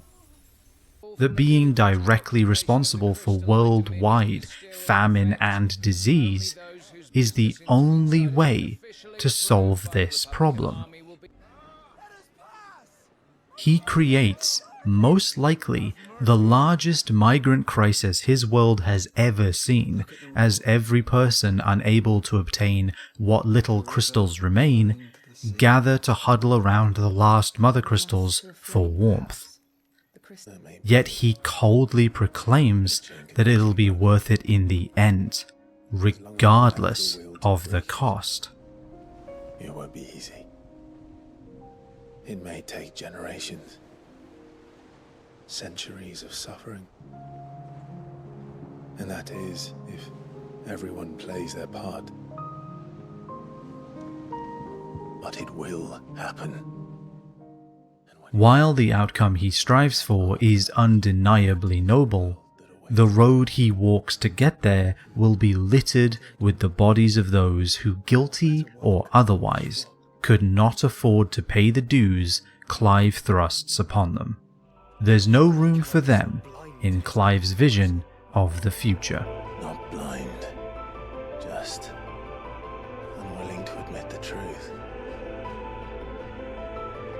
but we're one and the same. Except that Ultima absolves Clive of any of these moral or ethical concerns by zombifying half of humanity, and then threatening to end the entire world. As soon as Ultima casts Primogenesis, this narrative thread is cut, and Clive is no longer morally ambiguous. He's the hero. This had the same effect as a show making its antagonist do something purely evil halfway through, like blowing up a room full of innocent people, because they couldn't figure out how to keep the audience firmly cheering for the good guys. I'm looking at you, Falcon and the Winter Soldier. It cheapens the entire experience. Instead of complex characters with contradicting beliefs, it all devolves into a boring tale of good versus evil, one that we've seen 1,000 times before. For example, Clive both believes that bearers should be free to live and die on their own terms, not someone else's, and yet is completely fine with them potentially taking the punishment for his actions, or becoming more oppressed once they are the only source of magic remaining in the world. While they may not be diametrically opposed, it is at least somewhat interesting that Clive is either ignorant of, or actively choosing to ignore, this consequence of his own actions. If you say so. But once half the world is turned into magical zombies, and most remaining power structures collapse in the ensuing apocalypse, destroying the crystals and erasing magic from the land is no longer a necessary evil, it's their only hope. What was a world full of consequences, empires spurred to war over dwindling resources, people starving, refugees blockading every entry point to any self-sufficient city, becomes an apocalyptic wasteland where Clive and his actions didn't ruin anyone's lives. Ultima did. Even the sky seems to have grown tired of it all. This was the point the story lost me, and despite some interesting moments of back and forth between our heroes, and some good interactions with Ultima towards the end of the game, in my opinion, it never really recovers from this. The story in Final Fantasy XVI is constantly playing catch-up, desperately rebuilding their entire narrative every few chapters. Every single time the story manages to create a strong starting point to build from, it's almost immediately undermined or ignored outright, and then they're left scrambling to rebuild towards the next major story point, which will also be shortly cast aside. Very little, I'm afraid. Like I mentioned earlier, Cid's death is immediately undercut by jumping forward 5 years, being shown about as much courtesy as Clive's days as a slave of war. Was all I knew. Jill is given her moment to be an actual character in Drake's Breath, but then is essentially benched for most of the game. Don't worry, she does manage to get kidnapped twice after this to give our hero a reason to fight, because obviously he would have no reason to go against these two villains otherwise. Here I was hoping she'd be a major part of the story, and we'd get to see more of her character, more of who she was in the time that she's been apart from Clive, but I guess that's asking for too much. It absolutely isn't, by the way. If anything, I'm asking for too little. There is simply no excuse why she only manages to get about as much character work as someone like Gav, a person that you mostly interact with in one-sentence cutscenes before he disappears into the background for literal hours. No. Jill doesn't even get to take part in the game's final chapter. While Joshua, Clive, and Dion are all fighting for the future of humanity, Jill, who remember is the dominant of Shiva, is just left at home. And yeah, Clive absorbed Jill's ice powers, sure, but he also absorbed Dion's light powers, and that hasn't seemed to slow him down at all. He's still perfectly capable of fighting and priming and doing anything remotely interesting in the story. Given the risk Ultima poses to literally all of creation, it makes absolutely no sense to leave Jill on the bench like this. She deserved better. Did I mention you look terrible? That makes two of us. But despite being able to take part in that finale, Joshua is in the same boat. Back in Act 1, he shows up to heroically defend Clive against Ultima during the scene at Drake's Head, hinting at how busy he's been in the 13 years he's been presumed dead. He and Ultima seem to know one another, as though they've been involved in this shadow game, a battle of wits between the unstoppable Phoenix and the ephemeral god. No more games, Phoenix. But then, aside from a minor scene where he meets with Bahamut's dominant Dion, he essentially vanishes from the story until he straight up drops in on you during the events in the Crystalline Dominion. This is one of the many odd directorial choices that Final Fantasy XVI contains, by the way. They're almost comedic, the way Clive is like, "Look out of the window," and then Joshua slams through that self-same window, as if on cue.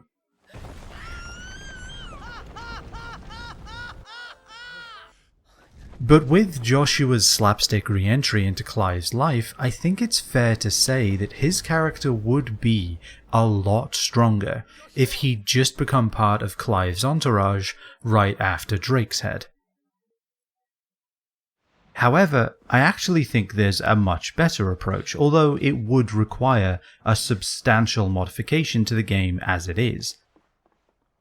It would definitely be worth doing in my opinion, but let me explain.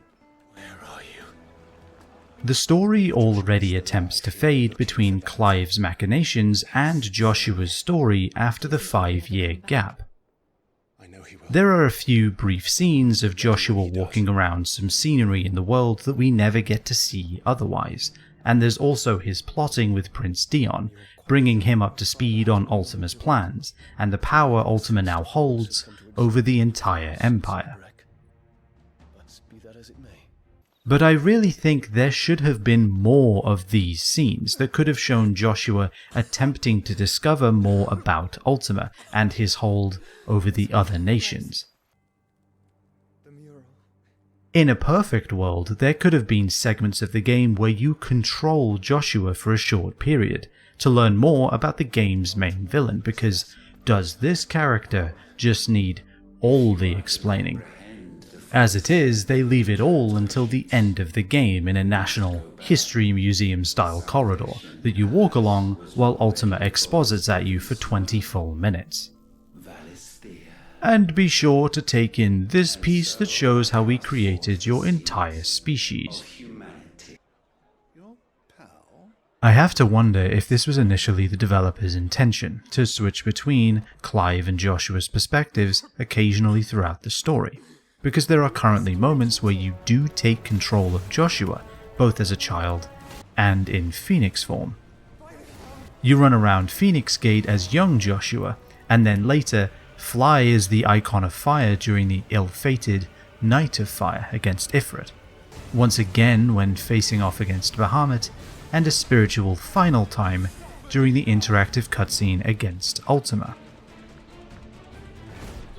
I could easily see a world where you spend 80% of your time with Clive rescuing bearers and cracking crystals, and then cutting away to Joshua's perspective to build up the story's primary antagonist. What new ruin has he delved into this time? What ancient temple that could hold information about Ultima and his ultimate goal? They could have placed these segments in place of the really boring fetch quests that also plague the main story from time to time, as though the rotten side quests leached into the script when no one was looking. That should be enough for now. Considering Joshua absorbed a piece of Ultima to protect Clive, they could have built some great moments from this, with Ultima potentially taunting Joshua, maybe prying into the connection between these two brothers, trying to learn more about his creations and their weaknesses. The few times our heroes actually interact with the main villain are decently written, so more of that would have been very welcome amongst all of the cartoonish bad guys that drown out the latter half of this story. Forgive me if my performance seems uninspired. And while we're talking about the bad guys, let's discuss the most egregious waste of them all. The one minor antagonist that held so much potential, such limitless possibilities that we never get to see realized. Odin's dominance, King of Waloed, Barnabas nah, I'm kidding, it's actually Hugo. I would be the king of the world!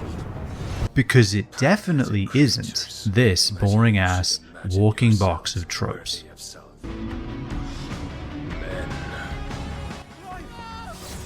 I'll admit that Barnabas Thamia, is it Thamia? You may kneel before Barnabas Tharm. Ah, thank you. Barnabas Tharm is so generically evil, I actually forgot you fought him another time on the continent of Ash. I was all ready to get to that Mother Crystal and face off against Ultima for the fate of humanity, only for it to awkwardly cut to this guy just riding his horse atop a nearby house. Another of those weird directorial choices, to which I responded, "Oh, right, we haven't dealt with this edgelord yet." And to add on top of that, suddenly Odin is no longer the unstoppable warrior king that defeated Clive with ease on 2 separate occasions. He's simply Ultima's annoying minion now that has to force Clive to even meet with him on the battlefield, blocking off access to the crystal with yet another magical ability he pulled out of his backside. I guess I'll put giant spear force fields right next to creation of sentient beings on Odin's list of ridiculous skills. So you oblige the needy lordling and fight your way through his ode to Albion, contending with wave upon wave of fallen mechs to reach his boss arena. And then you get to sit back and listen as he prattles on about how turning his entire realm into zombies makes a lot of sense actually, thanks for asking. When he eventually does stop monologuing and you actually do get to fight him for real, it's pretty disappointing. While Odin does have cool looking attacks, most of the fight is just waiting for him to finish whatever minute long move he's doing now, so you get to play the game again. Most of Odin's abilities consist of him standing completely still on one side of the arena while a bunch of lights flash in front of him and blade sound effects play.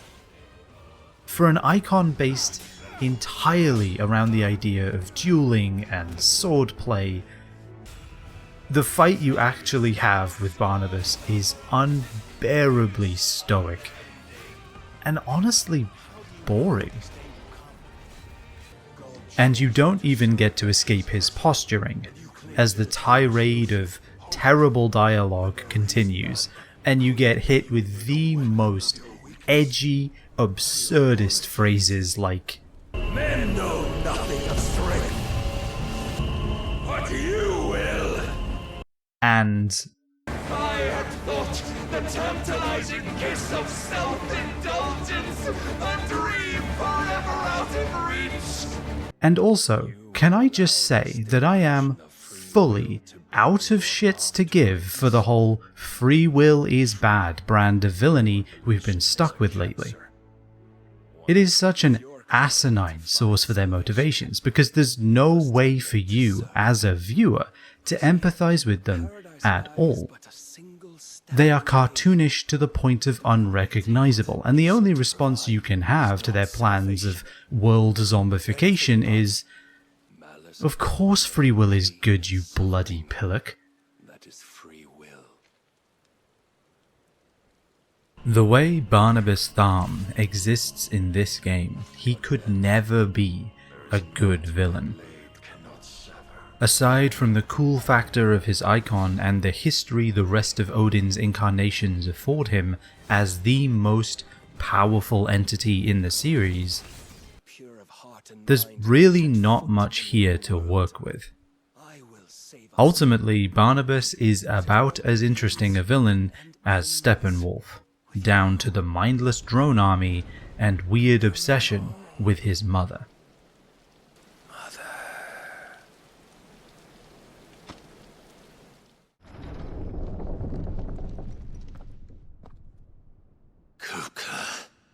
Meanwhile, Hugo is a whole other box of rocks. Just enjoying your entertainment. His rivalry with Clive could have followed in the distant footsteps of Sherlock Holmes and James Moriarty, as he and Clive are far more alike than I think either of them would care to admit. Hugo serves as a twisted reflection of Clive's ideals and methods, as both of them operate wherever they see fit, directing their private militia across all of Storm in service of their own interests. Both are unwilling pawns in the schemes of the nations and beings that surround them. Both are incredibly skilled mercenaries, although one desires to improve the world for only one individual as opposed to fighting for the rights of an entire oppressed minority. Both only care about what they believe is right, what they believe should be law, and fight ferociously to protect what is dear to them. There could have been a lot added to the animosity between these two, building up their mutual disdain until it eventually explodes into the all-out war that nearly engulfs Rosalith, instead of, as it is right now, where it just kind of happens out of nowhere. But surprising I know, the game never taps this potential. Sure, the people of the Hideaway complain about having to deal with Hugo and his thugs, yet in reality, we never get to see him do anything directly to the group or to Clive beyond destroying the original Hideaway. Which, you know, might have had an emotional impact if we hadn't just skipped past all the consequences it entailed. I'm sorry to bring it up again, but I can't believe not one side character we actually remember or interact with is lost in that destruction. Not one of them even loses their nerve and decides against helping the Hideaway in the future. Not one of them gives up on Sid's dream after he and his sanctuary perish on the same night. The only consequences that do occur are some mostly nameless NPCs dying in a cutscene and the Hideaway moving slightly down the road. The most impactful thing that happens is Gav losing his eye, and I honestly wish that was a joke.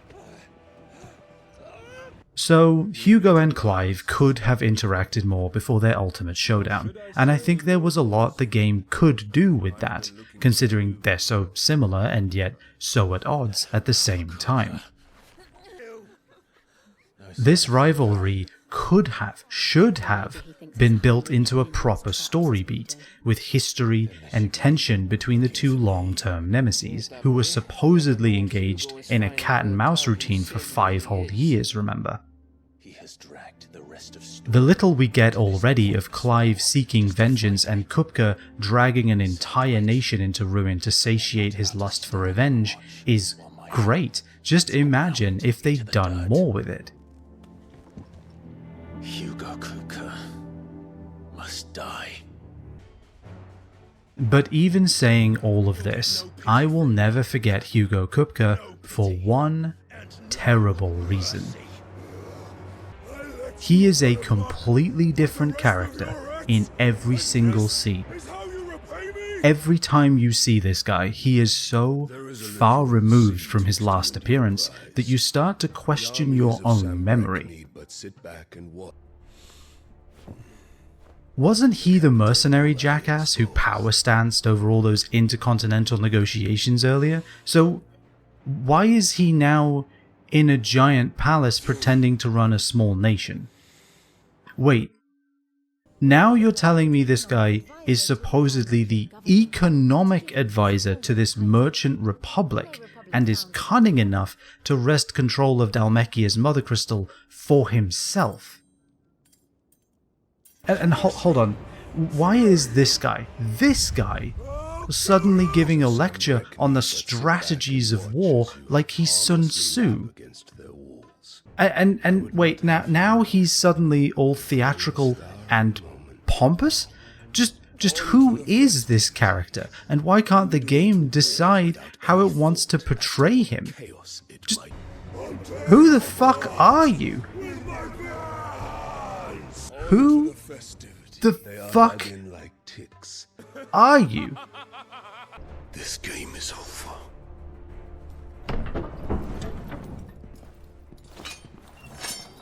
While Clive's character gets some fantastic moments during the segments in Rosalith and Dhalmekia, Hugo Kupka is such a strange, amorphous entity that I still don't really know what to make of him. I had thought Hugo wiser than this, but it seems his head was full of rocks after all.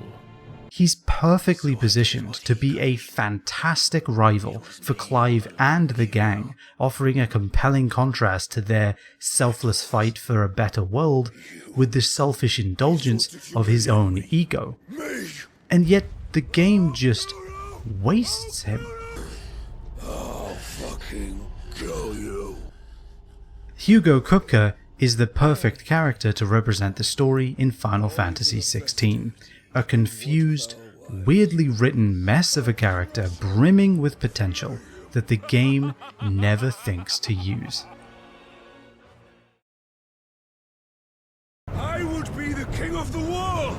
He's also the canary in this narrative coal mine, because from the moment he dies, the story declines until it is completely unrecognizable. Managed to lock themselves in their villas before the Horde arrived. After this, you fight Bahamut in orbit around the planet, fight the cackling green goblin, Odin, at the top of Albion's spire, and somehow end up starring in the new zombie film Final Fantasy. That was terrible. I'm sorry. There's no end to them. Oh, and this guy? I hinted at it earlier. He's a clone. Yes, an actual sentient clone created by Odin. You fight like 20 of him following this boss battle once Canva falls to the Final Fantasy virus. I take it back, actually. It's a pretty good joke. But do you reckon this is ever explained or is useful in the story in any way? Nope, they just name drop cloning midway through this fantasy game to check if you're still paying attention, and then never bring it up again.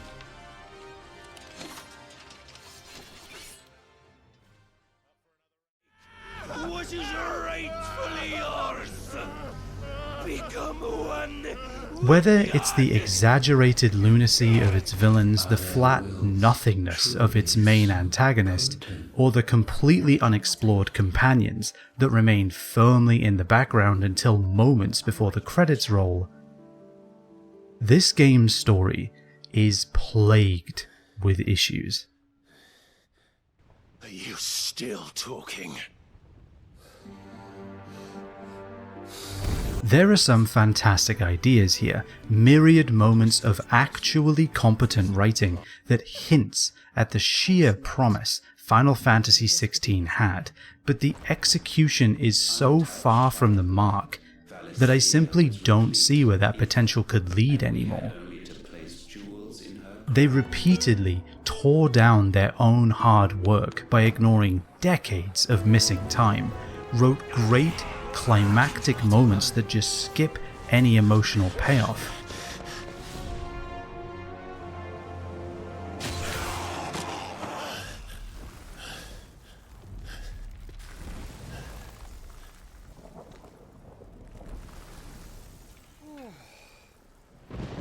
And placed such a misguided investment in their vapid fetch quests that when you look at all of it in totality, only serves to make this world and its narrative feel so hollow.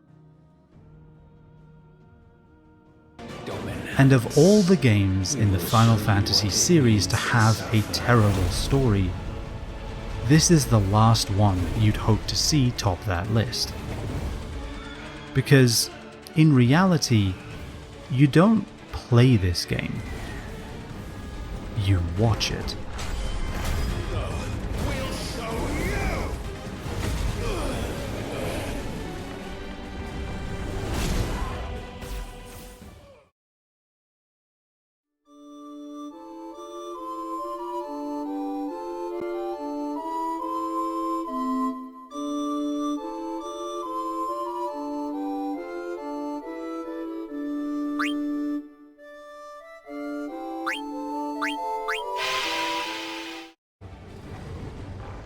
Some of you may have a rather visceral reaction to the title of this segment, either in defense of, or opposition to, this frequently used mechanic. So before we examine combat in detail, I just want to make it clear I really don't mind QuickTime events in video games, and I actually appreciate how they're implemented and used in Final Fantasy XVI. I liked that they gave a long window to respond, announced their appearance both audibly and visually, and, in Final Fantasy mode, they even removed the button prompt. Another New Game Plus feature that should absolutely have been included in the main game, but again, I'm getting ahead of myself.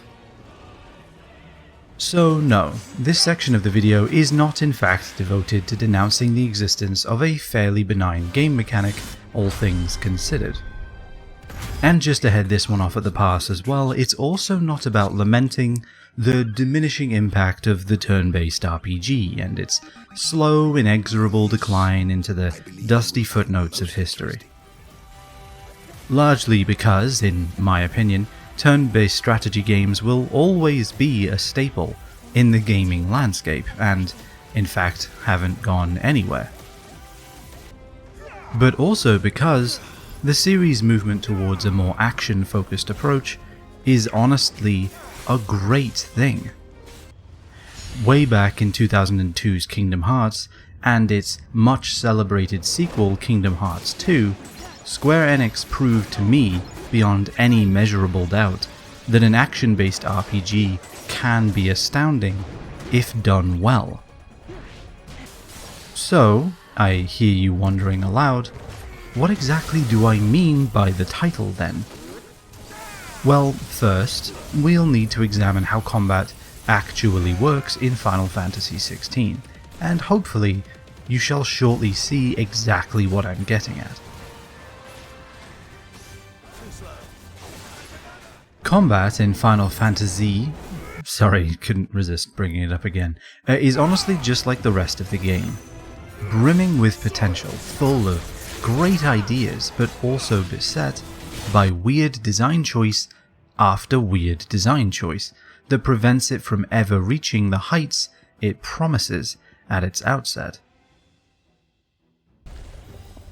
At their most basic, fights are very much action-focused, and here I think the game succeeds quite well. Saying that, I wouldn't describe Final Fantasy XVI as an action RPG.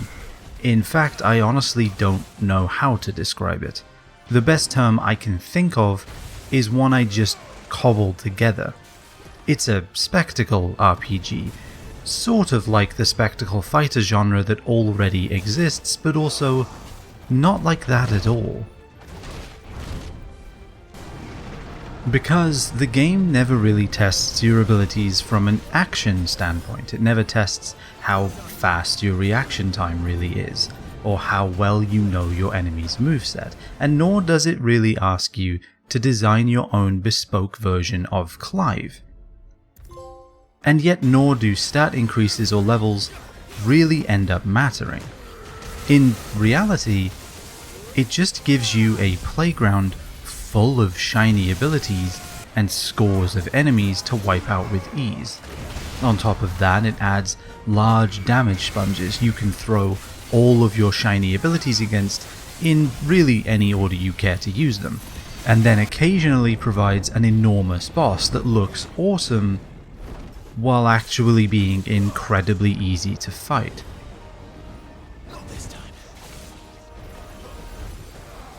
Now, with a few minor tweaks to the formula that the game makes use of already, you could create a fantastically cathartic combat system, where you act as nothing short of a force of nature, and your opponents are simply a forest of fodder for you to carve your path through.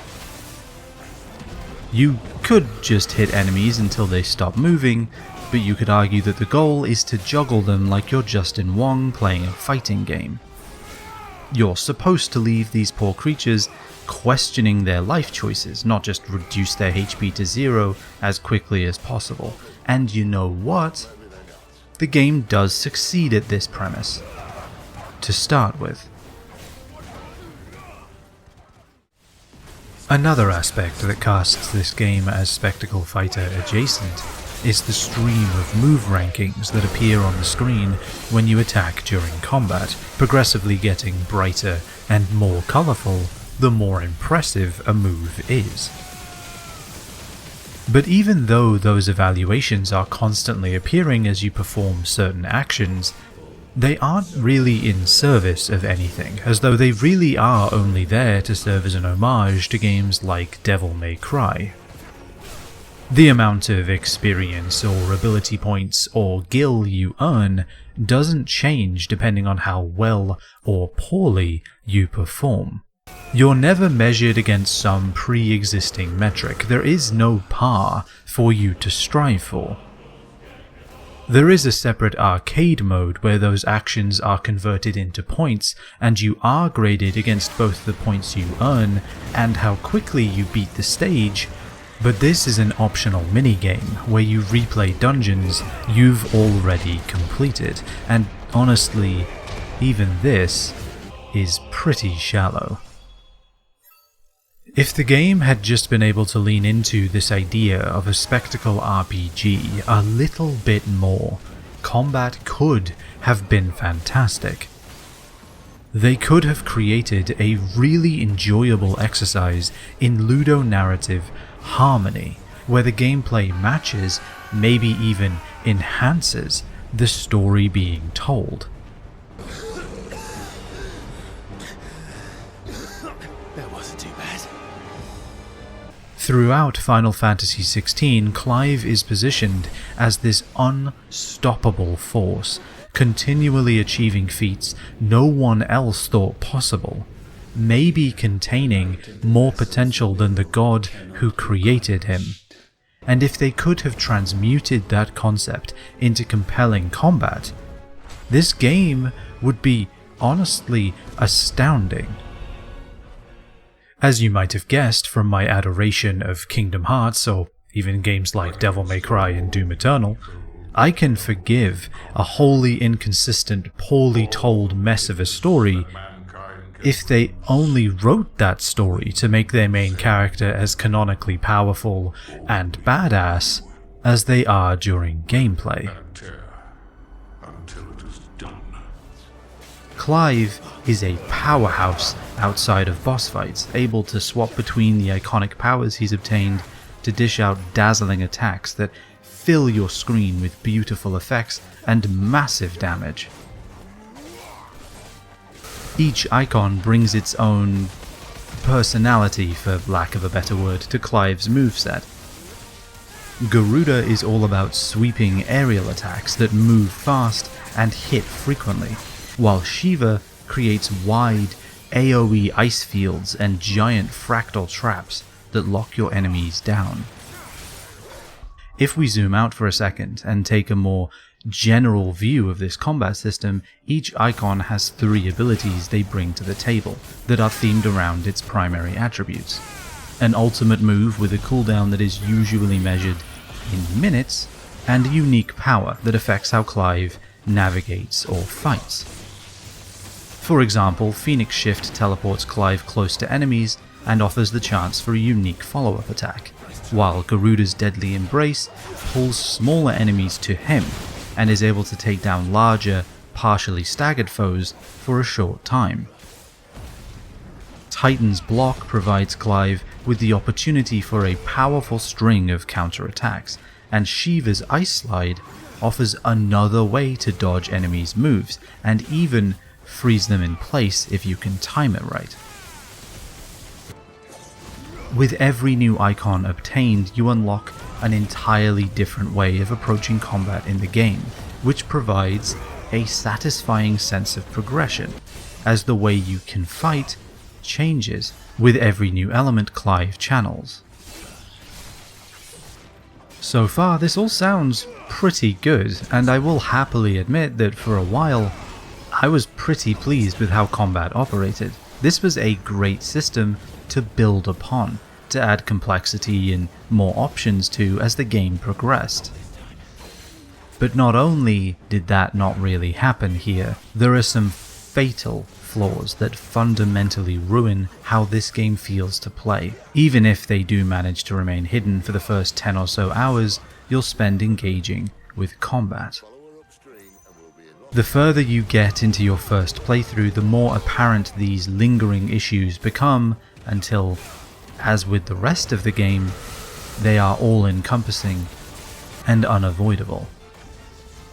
Even if the battle system was able to grow in complexity and evolved drastically as the game progressed, I still don't think it would be enough to correct the rot that lurks within.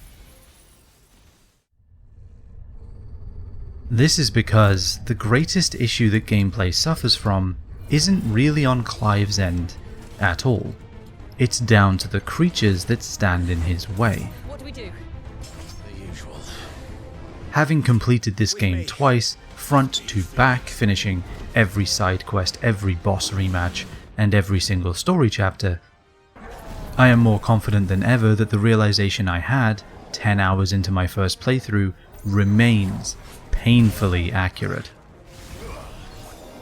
And while you may initially disagree with my assertions, I am certain that I can prove them to you in time. There are only 3 enemies in this game. Period. Weak fodder creatures that melt away before any one of Clive's iconic abilities.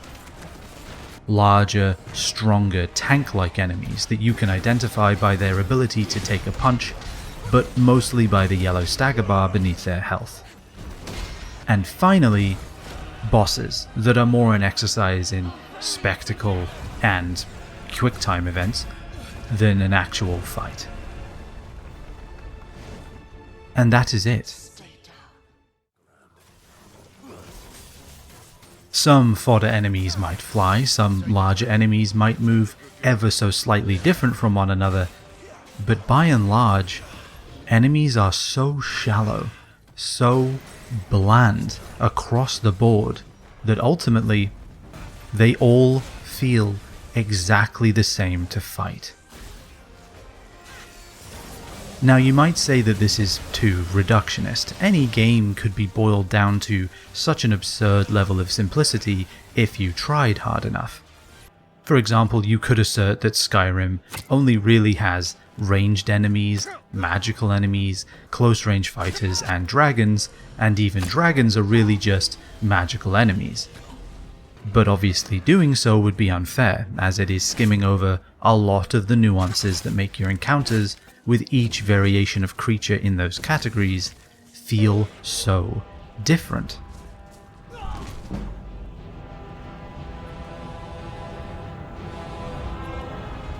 And I mean, look at the enemies in this game. Clearly this goblin is completely different from this human soldier, who in turn is completely different from this wyvern. While you might have a point, all enemies of the same type are so utterly similar to each other, so simple in how they fight, so unerringly easy to dispatch. I maintain this boiled down description of combat still fits worryingly well here. While Clive may have many different icons to call upon and abilities to use, every huddle of enemies that opposes him only has access to one single move between them: attack. There are no status effects, no elemental weaknesses or advantages, no modifiers to combat at all, actually. So there is fundamentally no difference between fighting this group of goblins at the start of the game and this horde of enemies you deal with at the end.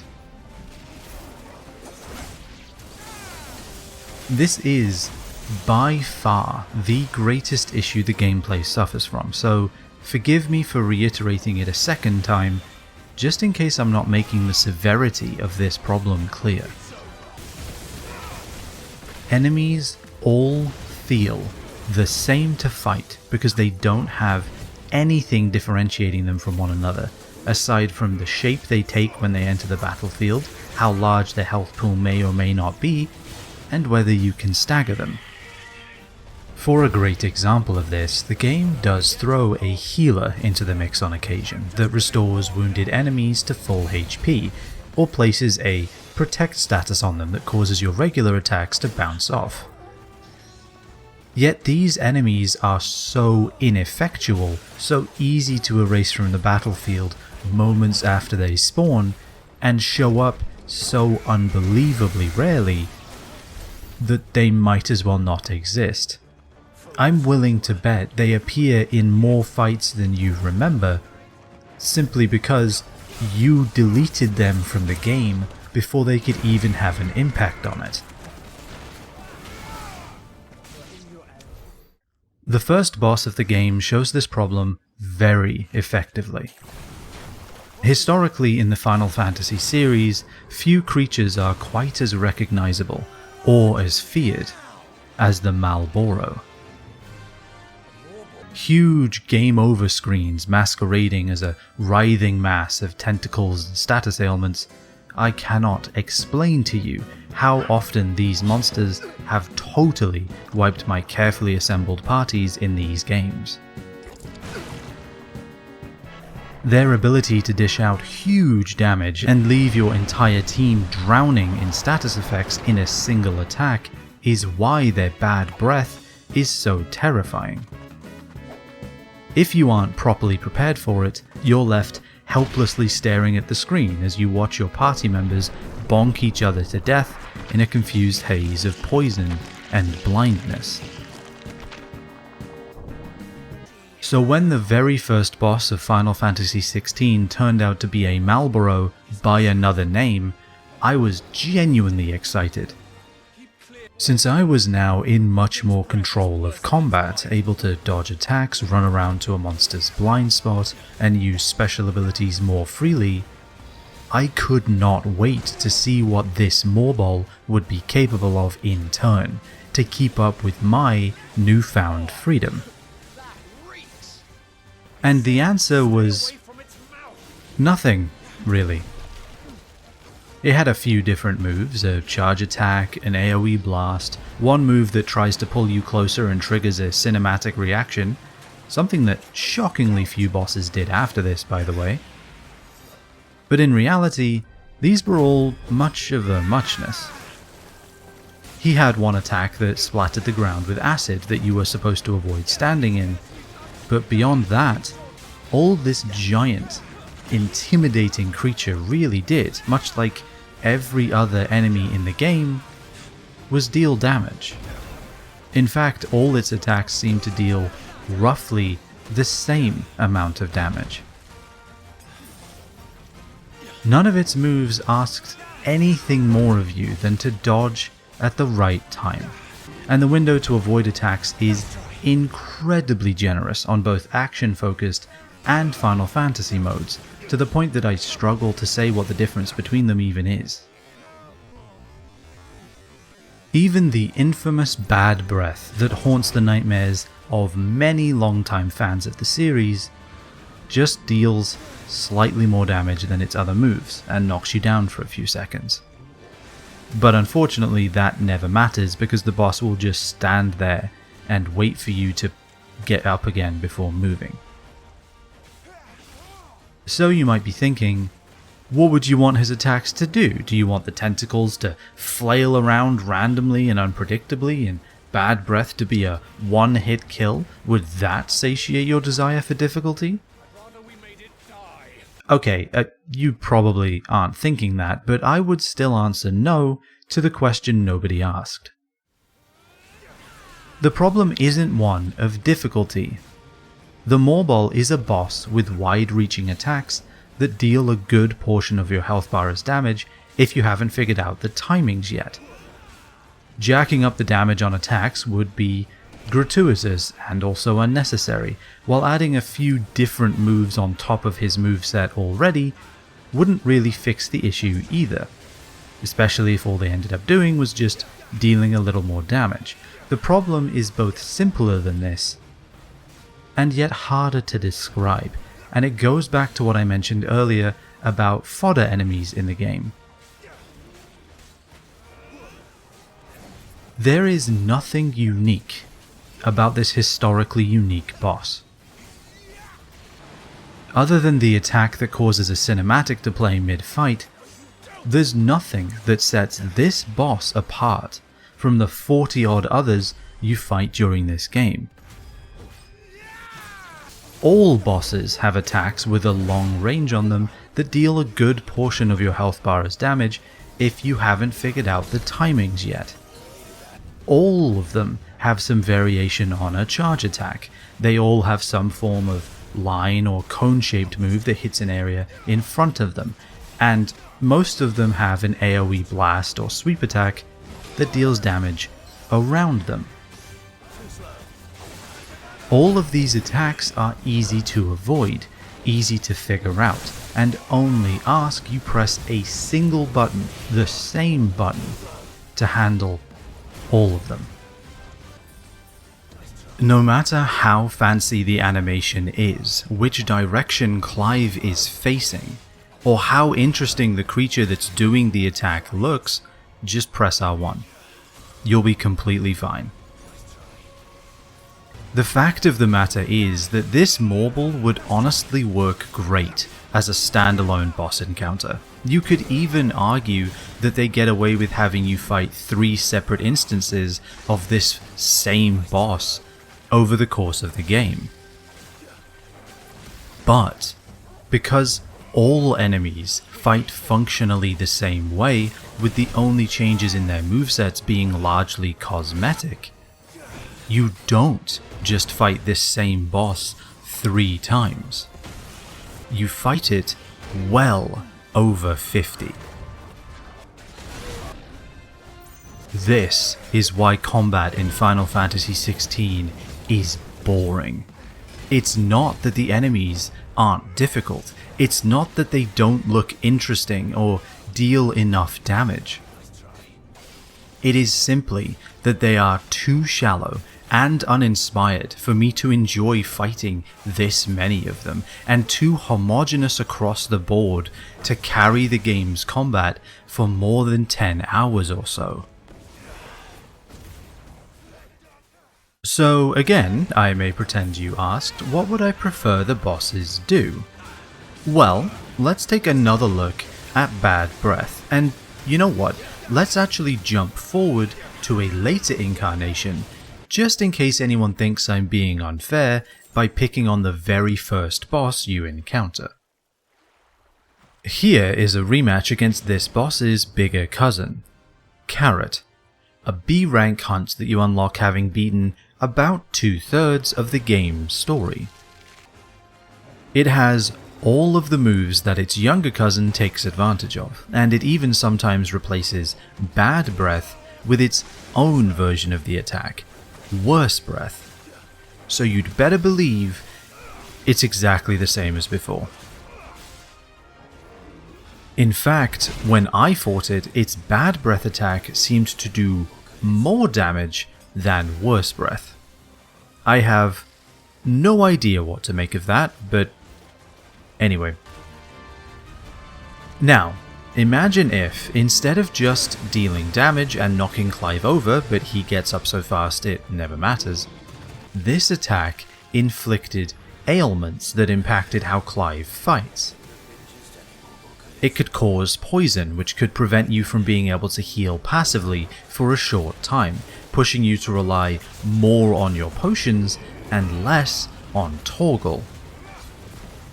It could blind you so you can no longer trigger the precision dodge or its follow-up attack, so maybe now you're forced to lean on Phoenix Shift or Ice Slide a little more.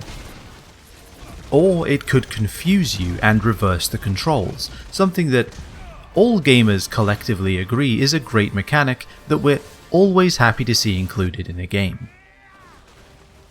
Right?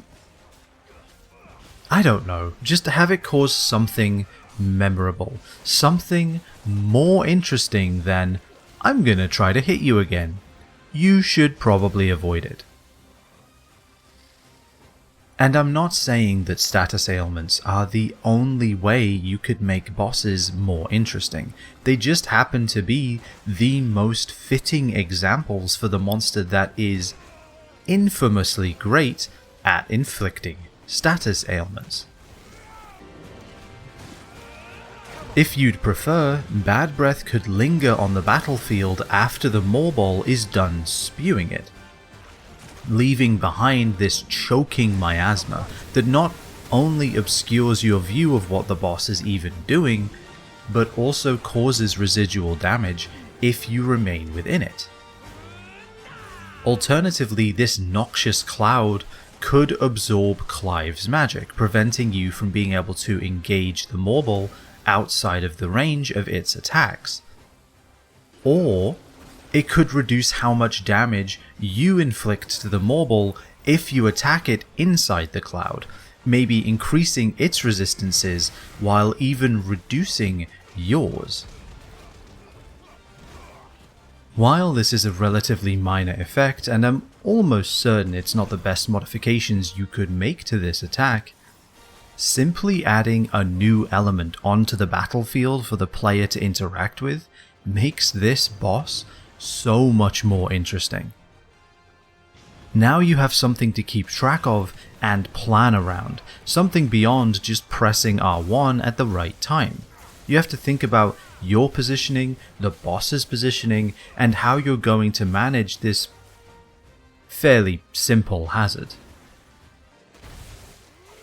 Again, I'm sure the wizards at Square Enix and Creative Business Unit 3 could come up with better ideas than these.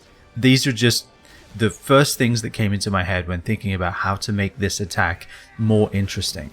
But there are so many ways you could do that. So many ways you could make this one iconic ability more memorable that I'm astounded all it really does right now is deal damage. A move so important it has its own name and gets a little announcement that appears on screen whenever it's used, the characters around you even reacting to its usage, just hits you in exactly the same way as all of the Moorball's other abilities.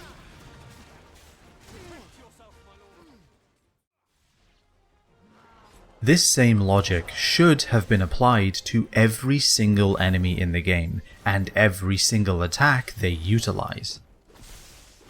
How can we make this club-wielding goblin stand out from this axe-wielding human? What weird changes to the environment could this flan cause that gets the player to focus on more than just the R1 button? What statuses should they be wary of when facing the eerie Ahriman? Which Eikon should they lean on to get around this bomb's resistances?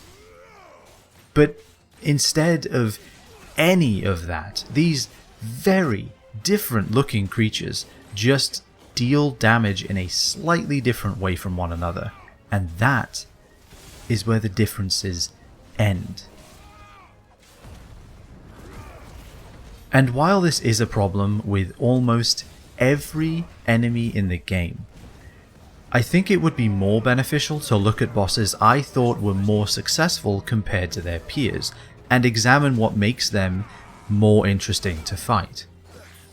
I mean, if you'd prefer, I could sit here for another 2 hours just complaining about the boring Orc Warlord bosses alone, but let's be honest, no one wants that. So instead, let's examine the first hunt you run into during the game, the aforementioned Ahriman. Although this boss is really a glorified tank rather than a bespoke boss, and even starts to fulfill that role later in the game, it has one move that is unique to this incarnation: Doom. Another holdover from earlier games in the series, older incarnations of this move would start a timer above the afflicted character's head that, upon reaching 0, instantly KOs that character. So, in this more action-focused game, they had to approach this move slightly differently, and I genuinely cannot think of a better way they could have done it. Doom starts a short countdown around Clive, and upon ticking down to 0, generates an enormous area that's centered around him. After a couple more seconds, this area instantly KOs Clive if he hasn't made it out in time.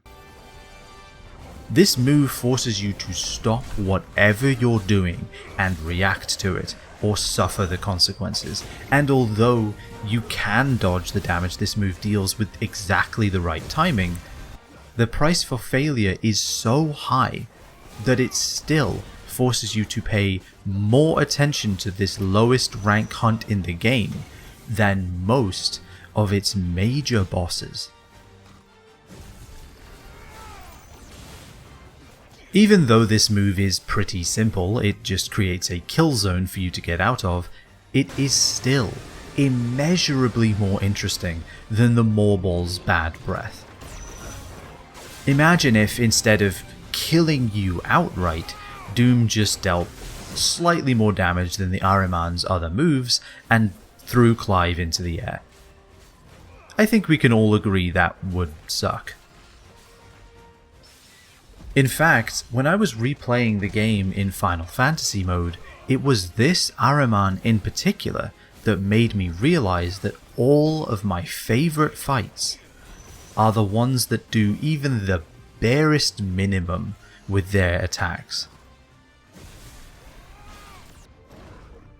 For example, when you face off against Ifrit during Clive's reconciliation with his inner guilt, both the large Eikon and Clive's mirror image move fast, hit hard, and transform the arena around you, so you have to pay attention to not only their varied movesets, but also where you're standing, and you have to react quickly. They'll string together long-range moves and close the gap fast to perform a follow-up, so you aren't able to just mindlessly throw attacks at them as you can with most other bosses. As I mentioned probably an hour earlier at this point, the battle against the semi-primed Hugo in Rosaria also follows this formula, throwing combos of moves and strings of abilities of you that, again, simply ensure you're paying slightly more attention than normal. I would be the king of the world! There's another hunt that is a glorified tank positioned as a boss that has one unique ability to make it more interesting: the Bomb King. Occasionally it will split into 4 separate bombs that all fight independently with their own health bars, and suddenly, just like with the Ahriman before it, there's so much more going on, so much more for you to pay attention to and be interested in when compared to every other boss in the game, simply because this one move showed any amount of creativity. And finally, the Necrophobe might be the most interesting boss in the game, as it was the only one that felt like it had its own bespoke moveset compared to its peers. It teleported around seemingly randomly, and was well themed around all of the different spells and elements it utilized. It even had a phase transition once you get halfway through its health bar, with those spells evolving, being strung together into new combos as you now try to approach this very different version of the same boss. But even saying all of this, the fact that this is worthy of acclaim, just having a few bosses with even slightly interesting approaches, kind of interesting attacks, goes to show how incredibly dull the enemies are overall. Even the few that I mentioned should have been worked on more, because only having the occasional move that asks you to look at the screen isn't enough. The only boss that comes anywhere close to reaching the astounding heights that enemies in this game could reach is Svarog, and even though he is the highest level enemy in the game, he still falls short. It's honestly hard to think of any encounter acting as a standout example of what combat in this game could be capable of. Speaking of capabilities, now's as good a time as any to bring up a weird trend I've been seeing in AAA games of late. I'm not entirely sure where this originated, but there have been a few releases that have really overly restricted the options available to you during combat for seemingly no reason.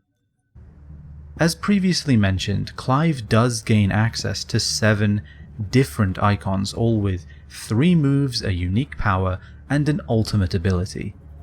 Add in the 2 extra moves he gets from Ifrit, and you have a total of 30 abilities and 7 powers to choose from, which is a pretty decent selection, honestly.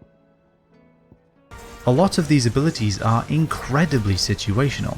Phoenix's Heat Wave will do extra damage if you counter a magical projectile, or both Garuda's Rook's Gambit and Titan's Raging Fists do the same if you block a melee attack with them.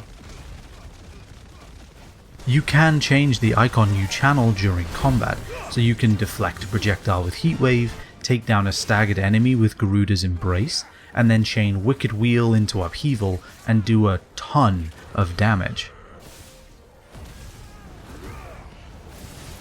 Even though the gears might already be turning for some of you, imagining all the awesome combinations you could create out of this library of abilities, chaining them together in potentially hundreds of interesting ways, I'm afraid Creative Business Unit 3 had other ideas.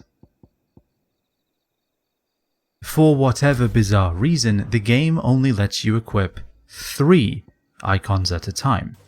So out of all of those unique powers, like Odin's sword that you can use to build up into a devastating Zantetsuken, or Shiva's incredibly useful Ice Slide that, like I said, can freeze any enemy in place, you can only ever use 3 of them during a fight. But it gets worse than that. Even though each icon only has 4 abilities, 3 regular and an ultimate move, they only let you assign 2 abilities to each of your equipped icons. So out of 30 possible abilities, you only get access to 6. No matter what you choose to unlock and upgrade, what level he may be, or how far you get into the game, you can only ever tap a meager 20% of Clive's potential at any given moment. The boring enemies are definitely the greatest problem that combat suffers from in Final Fantasy XVI. But this is definitely in second place. Maybe they're even tied for first. I mean, what, are they afraid that if I get access to all 5 of Cal Kestis' lightsaber stances at once, I'll have so much fun I might actually explode? Sorry, that's the wrong franchise, but the same sentiment applies here too. In fact, it's even more infuriating. While you can create up to 5 different builds, each with their own equipped iconic powers and abilities, you can't change your loadout once a fight has begun. So if you had your group fight setup equipped with all the AoE sweeping abilities that hit a lot but don't really do all that much damage, and wanted to switch to the abilities that are useful against bosses, full of counters, Odin Zantetsuken and the like, tough luck.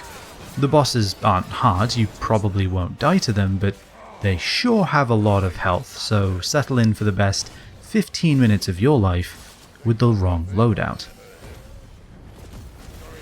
I really can't see any compelling reason to limit the player's options like this. You already swap between icons mid-battle.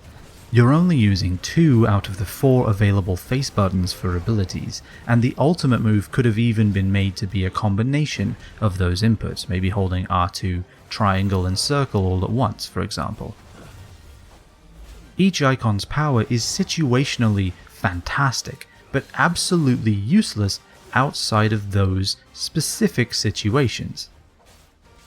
And I cannot tell you the amount of times I yearned to be able to switch to Shiva, mesmerize all the enemies close to me, flip to Garuda, wicked wheel them all into the air, and then channel Titan to upheaval every single one of them back down to earth. But because they're all pretty low damage moves against anything other than fodder, I never had all of them equipped at once. And that's only one example of how much more interesting combat would be without this weird, unnecessary restriction. The game screams to free up combat, to allow players to switch to any icon at any time, and make use of all of the abilities and powers they have access to. If they'd thrown all of the icons on a wheel accessible by holding L2 instead of just tapping it, imagine how much more freedom you would have during fights. This one change would add so much variety to combat that even if all of the boring enemies stayed the same, you could only still equip, weirdly, 2 abilities per icon. It would still be a far more enjoyable experience. Restricting you to such a small fragment of Clive's potential doesn't just prevent you from experimenting and making the most out of the same repetitive encounters. It actually contributes to how dull combat quickly becomes. There's a reason that combat works for the first 10 or so hours of the game. Because you haven't properly whacked your head on this particular ceiling until you obtain your first 3 icons, Phoenix, Garuda, and Ramu. As you unlock each new set of abilities, it's honestly fun to make decisions about which ones you think are worth using, experimenting with different setups to see how they all interact with each other. But, unbeknownst to you, once you've obtained 3 icons and have decided on the loadout you're going to use going forward, you have now placed yourself in a loop from which there is no escape. Let me explain. While fodder enemies evaporate no matter what ability you use, tanks and bosses do not. They have incredibly deep reservoirs of HP that your abilities can slowly chip away at, but if that was all you had access to, each boss and larger enemy would linger for tens of minutes at a time. This is where that stagger bar comes in. As well as chipping away at an enemy's health, abilities also damage their will, knocking larger chunks out of that yellow stagger bar. Some abilities do more HP damage, some do much more will damage, and once you finally fully stagger a large enemy, you're set against the clock. While their stagger bar refills, enemies take more damage from your attacks. The more you hit them during this short window, the more that damage buff increases. It's even shown above the damage numbers you inflict as a small multiplier, starting off at 1.05 times and capping out at 1.5.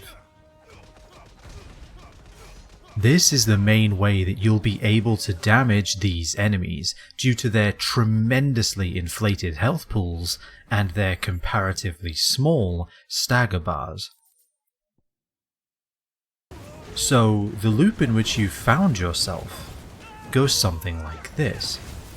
Clear out any fodder enemies in a colourful flash. Use the 1 or 2 will damaging moves you have equipped to stagger the large enemy, opening them up to much more damage. Then chain together all your remaining moves to deal as much damage as possible during the time they're knocked out. Once they get up, the loop repeats once or twice more until they're finally felled. If it's a boss, it might even be 3 times. Now, repeat that for at least 30 hours. This, right here, is the other reason combat feels so awful to engage with. Because no matter how cool the abilities are, or how many interesting interactions you've discovered yourself, you will end up using the same 6 abilities in roughly the same order every single fight. Take this loop that I ended up using for a while. I'd create a lightning rod to wipe out any small enemies, and then recreate it by the large enemy to break through their will. I'd chain a wicked wheel into an upheaval to further damage their stagger bar, and honestly because I thought it was cool, and eventually knock them down. Once they're down, I would use every ability still available. If the other abilities were off cooldown at that point, I would start with them, then wind up to get a lot of hits in and build up that damage multiplier, and finally Thunderstorm and Giga Flare for heaps of damage. Repeat ad nauseum for 80 plus hours. Out of sheer boredom, I would use other movesets occasionally, switching to different loadouts between fights, but if I'm being brutally honest, sometimes having red sparks on my screen instead of blue ones did not meaningfully change anything. You only have 6 abilities to choose from, so no matter what you use, even if you change your loadout every other encounter, ironically, you're fighting a losing battle. And before anyone asks, I did even play with Zantetsuken for a while, and that was even worse. Every fight that wasn't a boss was over with a single button press, and then I would sit there and watch a few cutscenes of Clive dancing around to fill up the Zantetsuken bar again. And then I would press that single button, and then I'd watch him dancing around. Like, if you were able to play through the whole of New Game Plus leaning on that move, my hat is off to you. You have a level of patience I can only aspire to. And this is where the uninspired, repetitive enemies with their boring, samey attacks come back with a vengeance.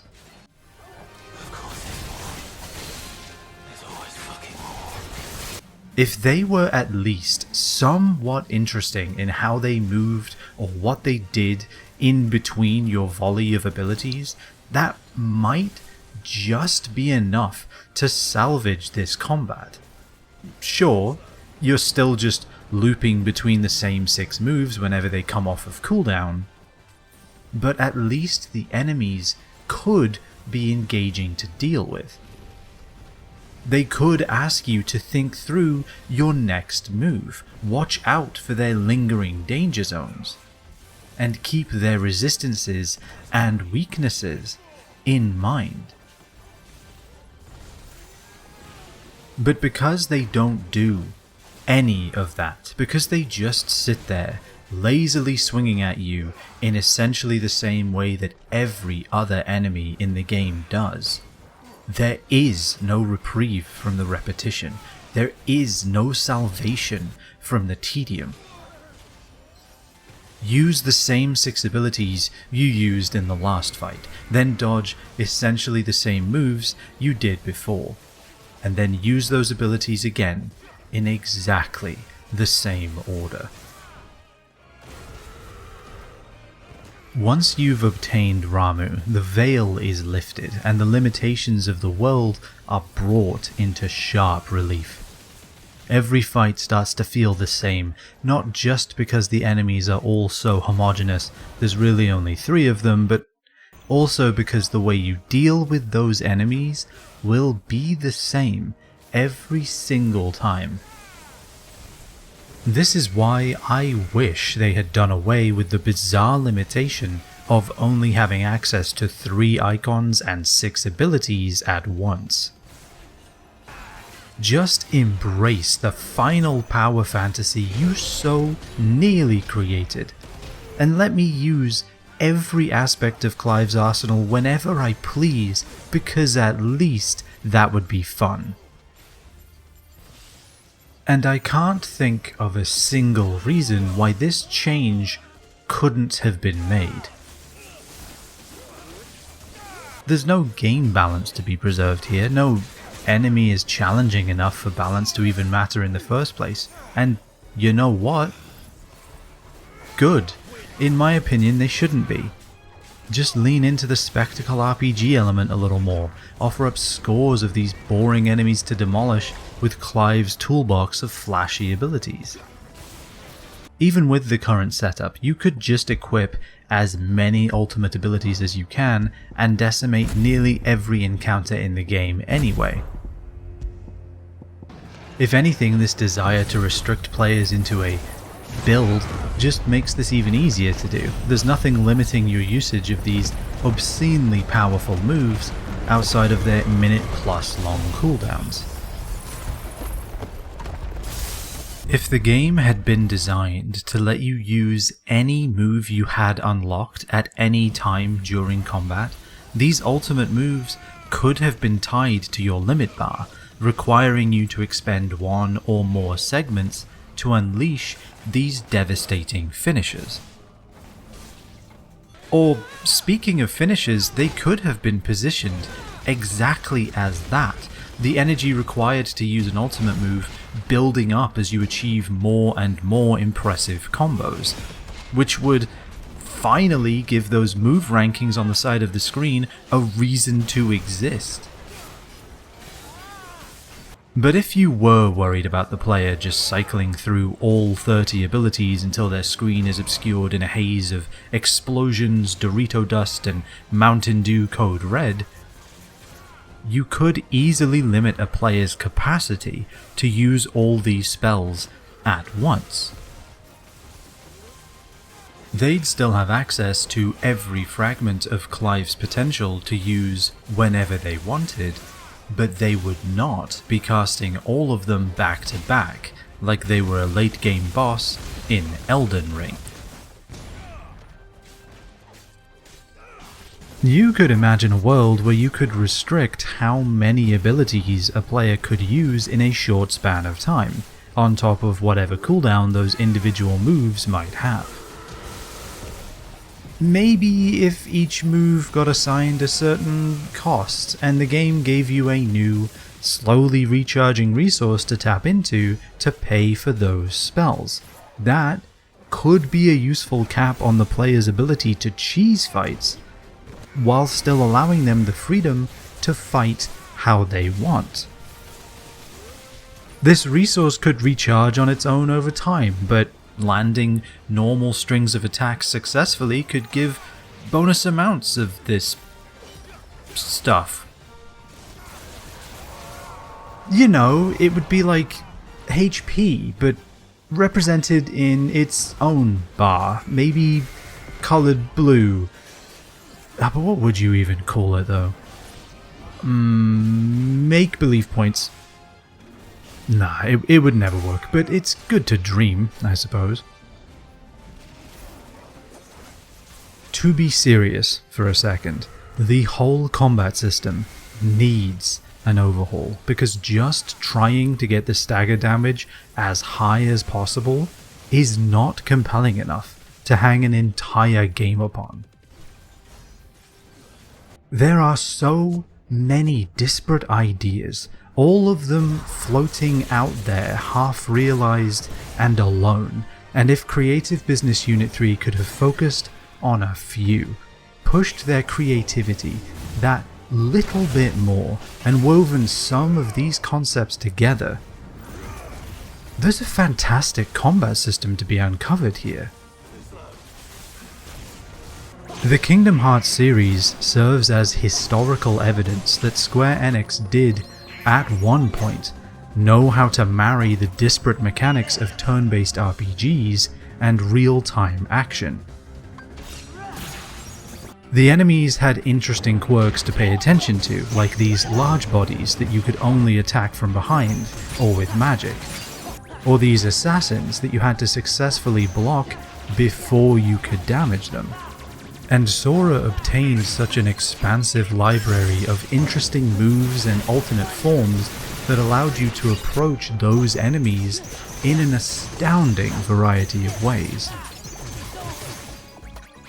But recently, Square Enix appears to be operating under the assumption that as long as their games contain real-time combat at all, they are somehow freed from the responsibility of crafting an engaging combat system to go along with it.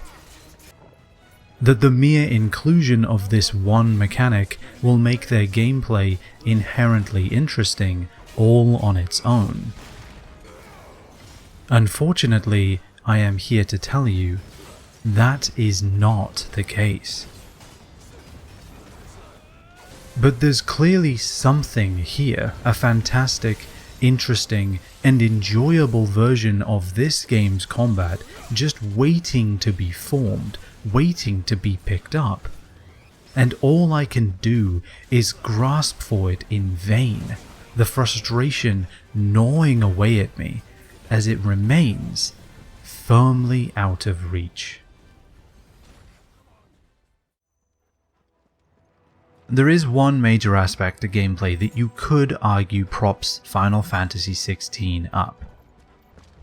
Having to press R2 anytime Clive needs to open a heavy door. I'm kidding, of course it's the Eikon battles. At their best, these encounters are astounding exercises in spectacle, even though they may irrevocably damage the narrative in the process. The awesome duels against Bahamut in space and Ultima in, well, wherever this is, are a sight to behold.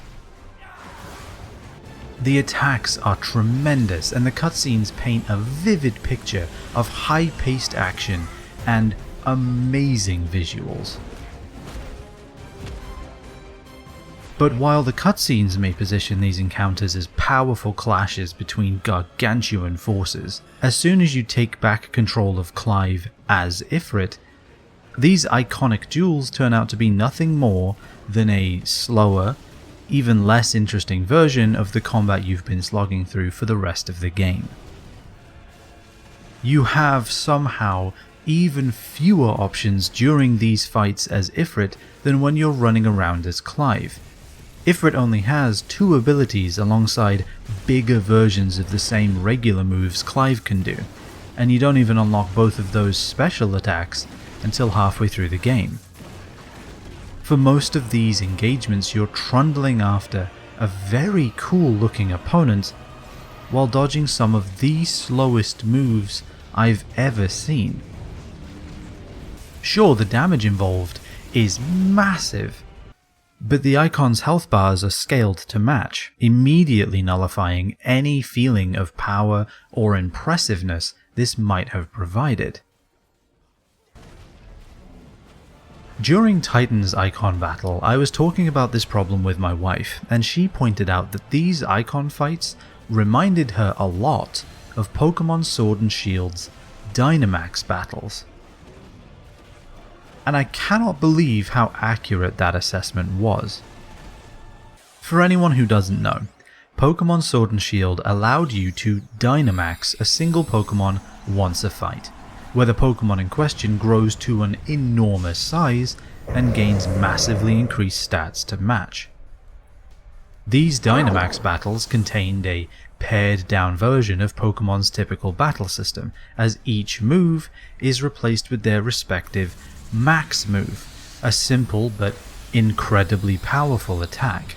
So your Yamper, for example, that had 3 different electric moves, now gets 3 versions of the same max move, Max Lightning. But what does this have to do with Final Fantasy again? Well, these Eikon battles are also pared down versions of the game's current combat system, with massively damaging moves and unfathomable health pools to match. Your already limited 6 abilities get shrunk down to 2, and again, you don't even unlock those until you're more than halfway through the game, having fought both Titan and Bahamut. These encounters are dull in exactly the same way that Dynamax battles are, because they take away anything that might be interesting about those combat systems in service of spectacle, with enormous attacks that move slowly and shine brightly. And not a few minutes after my wife made that incredibly astute observation, Titan went and Gigantamaxed into Titan Lost, and we damn near died laughing. As slow and boring as regular Eikon clashes may be, they were nothing compared to this. You're really just along for the ride on this one, and it is a long ride. Why isn't all of this just a cutscene at this point, or at least much shorter?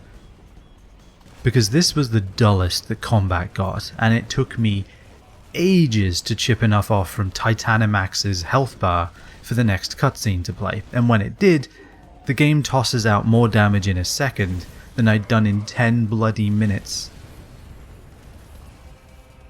And that's really the root of the problem here. Eikon fights are much better to watch than they are to play. The final battle against Ultima encapsulates this perfectly. The first round contains multiple combos that Ultima strings together, enormous blade swipes and giant AoE magic attacks. You're constantly engaged in a back and forth, dodging his onslaught and then responding with your own. And then he primes into Ultima Risen, and everything slows to a crawl. Sure, Ultima's teleporting around in the cutscene, puffin' Nursenal Kid and all that, but once you're in control of Clive, the battlefield is awash with attacks that cover the entire screen, but also seem to move in slow motion, with more telegraphing than a Morse code competition. And yes, apparently those are actually a thing, so we both learned something new today. And once you've beaten this slow-moving iceberg of a phase, the action picks right back up where you left it. Ultima is suddenly screaming across the battlefield again, linking attacks together and asking you to pay attention. The difference is enough to give you whiplash.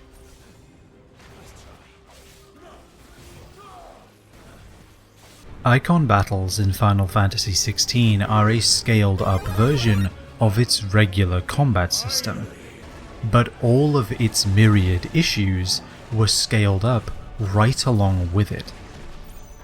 These fights are unbearably slow, at times extremely repetitive, and honestly, just kind of boring.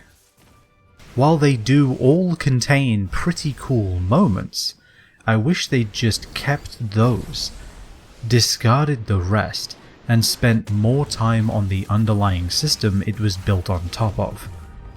Because it simply was not strong enough to support such overwhelming spectacle.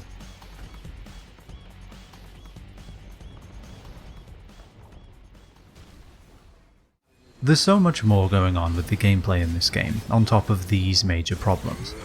But the rest are pretty minor things, like the attacks being so cool to look at that they frequently make it impossible to even see what's going on, or the fact that your party members are so inept at fighting that they'll struggle to take out even one fodder enemy, while Clive is busy erasing legions. Or it might just be the fact that during cutscenes, Ifrit uses this cool looking sword move that I just never get to use myself. Like, where does that go? How did Clive know he could do that? And why doesn't he ever do it during the Eikon fights? That's cool, I want that. But yeah, I probably shouldn't make this video any longer than I already have. Is what I would say if we didn't need to talk about the accessories in this game. We touched on it earlier, but you can equip 3 accessories to augment Clive's abilities, and they are all of them atrociously garbage. It's like they were all designed by an Excel spreadsheet, filling in a couple of variables and then pulling the entire column down and having it auto-complete, because instead of being built with any intention behind them, they just kinda suck. There's 2 accessories tied to every move in the game.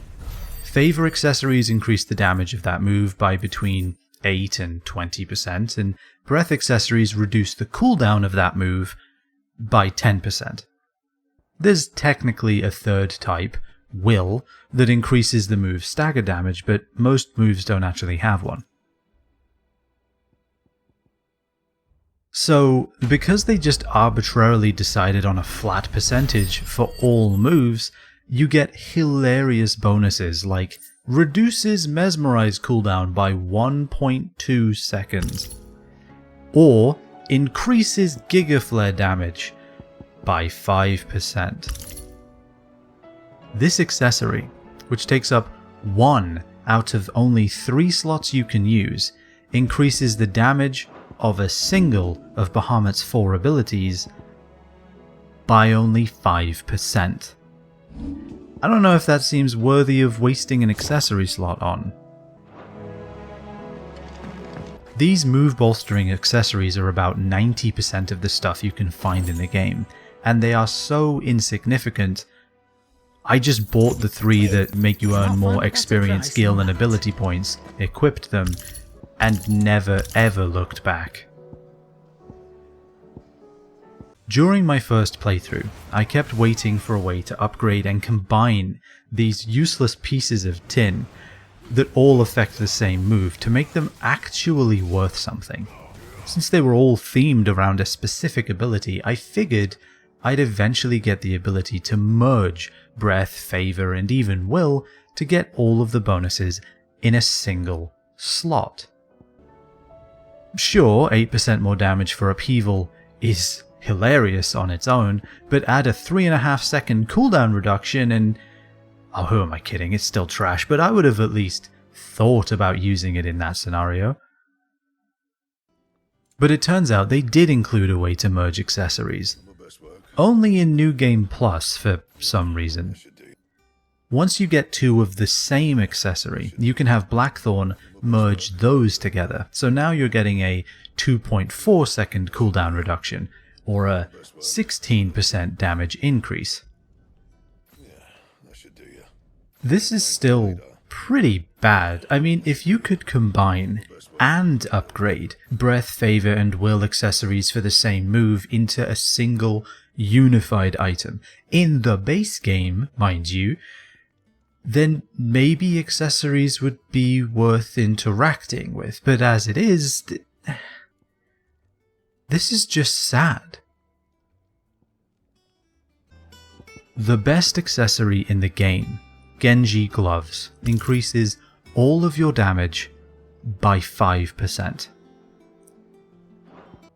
If you're certifiably insane and complete the game a second time, doing most of the side quests and hunts to earn enough renown to unlock it again, and apparently I am, you can increase that to 10 whole %. Amazing. But these accessories are not just a funny example of truly bizarre game design. They're emblematic of the way this game was seemingly made, of the intent behind the machine.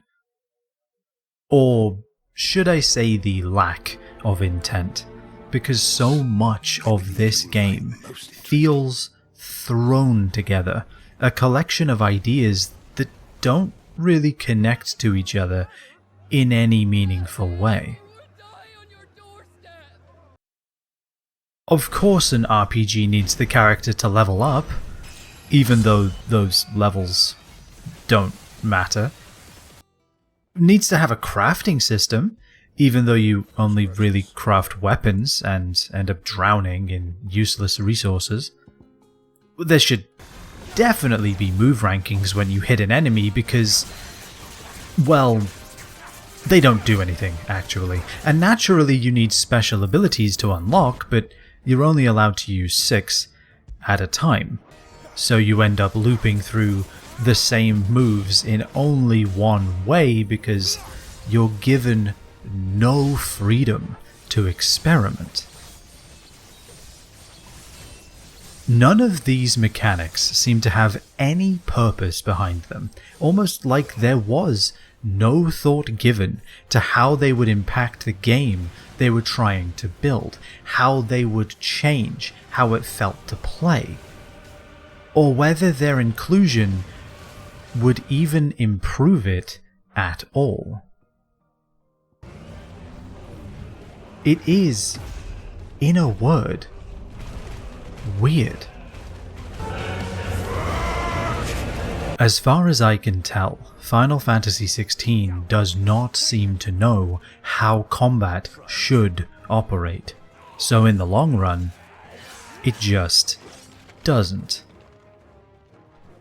I have absolutely no idea if my interpretation of it as a spectacle RPG is even close to what the developers intended. But it is the strongest framework for a combat system I could pull out of this jumbled mess of conflicting concepts and half-realized mechanics. Maybe at the end of the day I do dislike QuickTime events because, at its heart, that's all Final Fantasy XVI has to offer. When you aren't pressing a single button to dodge attacks in a cutscene, you're doing the exact same thing in regular combat, and defeating larger enemies simply entails using the same abilities in the same order over and over again. Just imagine most of these encounters as a cutscene and the abilities appearing as prompts on the screen for all the engagement it's asking of you. Nothing in this game makes you feel like an active participant in the action. Beyond turning the game on and picking up the controller, you don't have anything meaningful to contribute to the events playing out on screen. The exploration you may or may not choose to engage in doesn't matter because the items and accessories you find are meaningless. The abilities you equip don't matter because every fight will feel the same no matter what you use or how you use it. Enemies are all similar to the point of homogeneity, and every attack is dodged exactly the same way, by pressing a single button. I've had my fill of goblins. You have the same level of agency as someone riding an attraction at Disneyland. While you might get involved to a very shallow degree, the game is going to play out the same way regardless of your decisions. You might die here or there, maybe you'll rail against its imposed regime and try to do things your own way for a time, but eventually you will press the buttons in the order it asks. Eventually you will stop trying to play this game and just watch it play out instead. And it is so frustrating, because just like with the story and side quests before it, Creative Business Unit 3 has something here. With a little more work or time or money or pixie dust, they could have crafted an incredibly unique and enjoyable take on Final Fantasy's combat. But in the end, alongside the pointless jumps through time, the sudden transformation into a bloody zombie movie of all things in the middle of what was trying to be an epic medieval drama, reams upon reams of exhausting side content that offers little in return for your time, side characters with almost no time spent exploring those characters. The boring, uninspired combat sits at the bottom of the long, long list of great ideas that were never able to materialize. I wish this game was better, because no matter what segment of it you examine, it is hard to deny the potential on display. I mourn the Final Fantasy XVI that could have been, and I hope that if Creative Business Unit 3 does get the opportunity to make another game in the series, and despite all of my complaining, I really do believe they deserve to, I hope they finally manage to harness the potential that every aspect of this game clearly has. That would be something to behold. Though we're one and the same. But for the time being, this game suffers for what could be. With a confused story told over almost 17 hours of cutscenes, 40-odd hours of wasted side content, and shallow, repetitive combat that makes you less of an active participant and more of a passenger on a very well-animated fairground ride. Perhaps Final Fantasy XVI should have just been a movie, or maybe this month's new streaming series. Because, as a game, it honestly never stood a chance.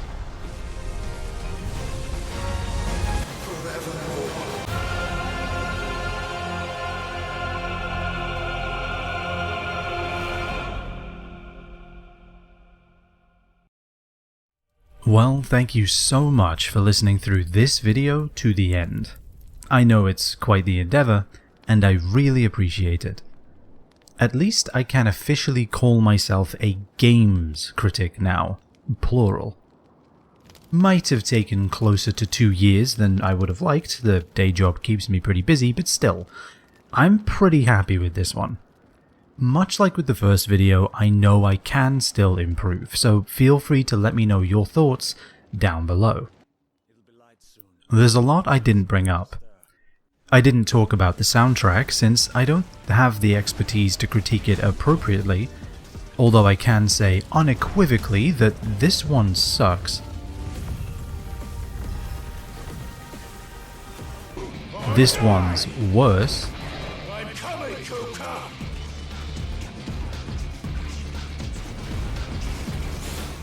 And this one's amazing.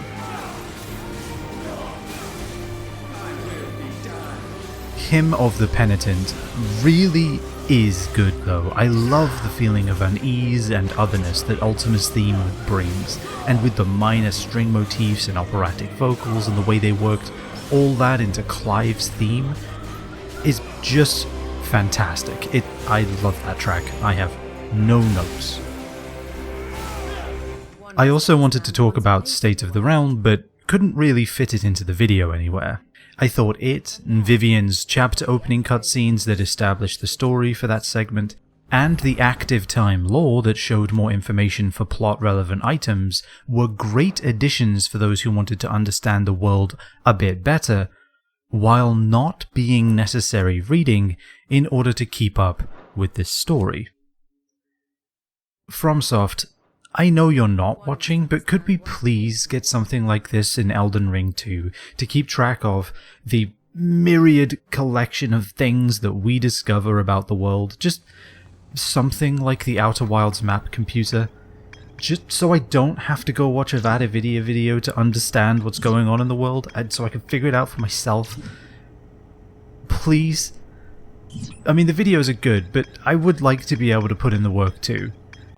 Anyway, I really hope you enjoyed this critique and were able to get something out of it. I'm personally not a fan of when critiques become talk-throughs, recounting every single event that happens in a game from start to finish, so I tried to avoid doing that here. I hope that I was still able to convey the issues this game has adequately for everyone listening, from those that have 100%ed it twice to those that are just vaguely aware of its existence. Again, I'd be curious to hear your thoughts on how successful I was with that down below. But regardless, thank you again for listening, genuinely. And look for me on Twitch or on the VOD channel or in the Discord if you want to see me attempting some interesting challenge runs, like playing a nomadic tribe trying to circumnavigate RimWorld. I've been really enjoying those challenges lately, and I hope you will too. With that said, I hope you all have a fantastic rest of your day, whatever you may be doing. Enjoy yourselves, stay safe, and I will see you all next time.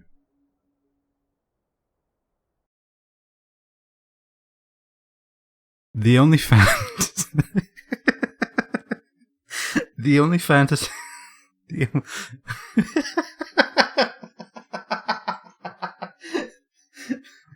Okay.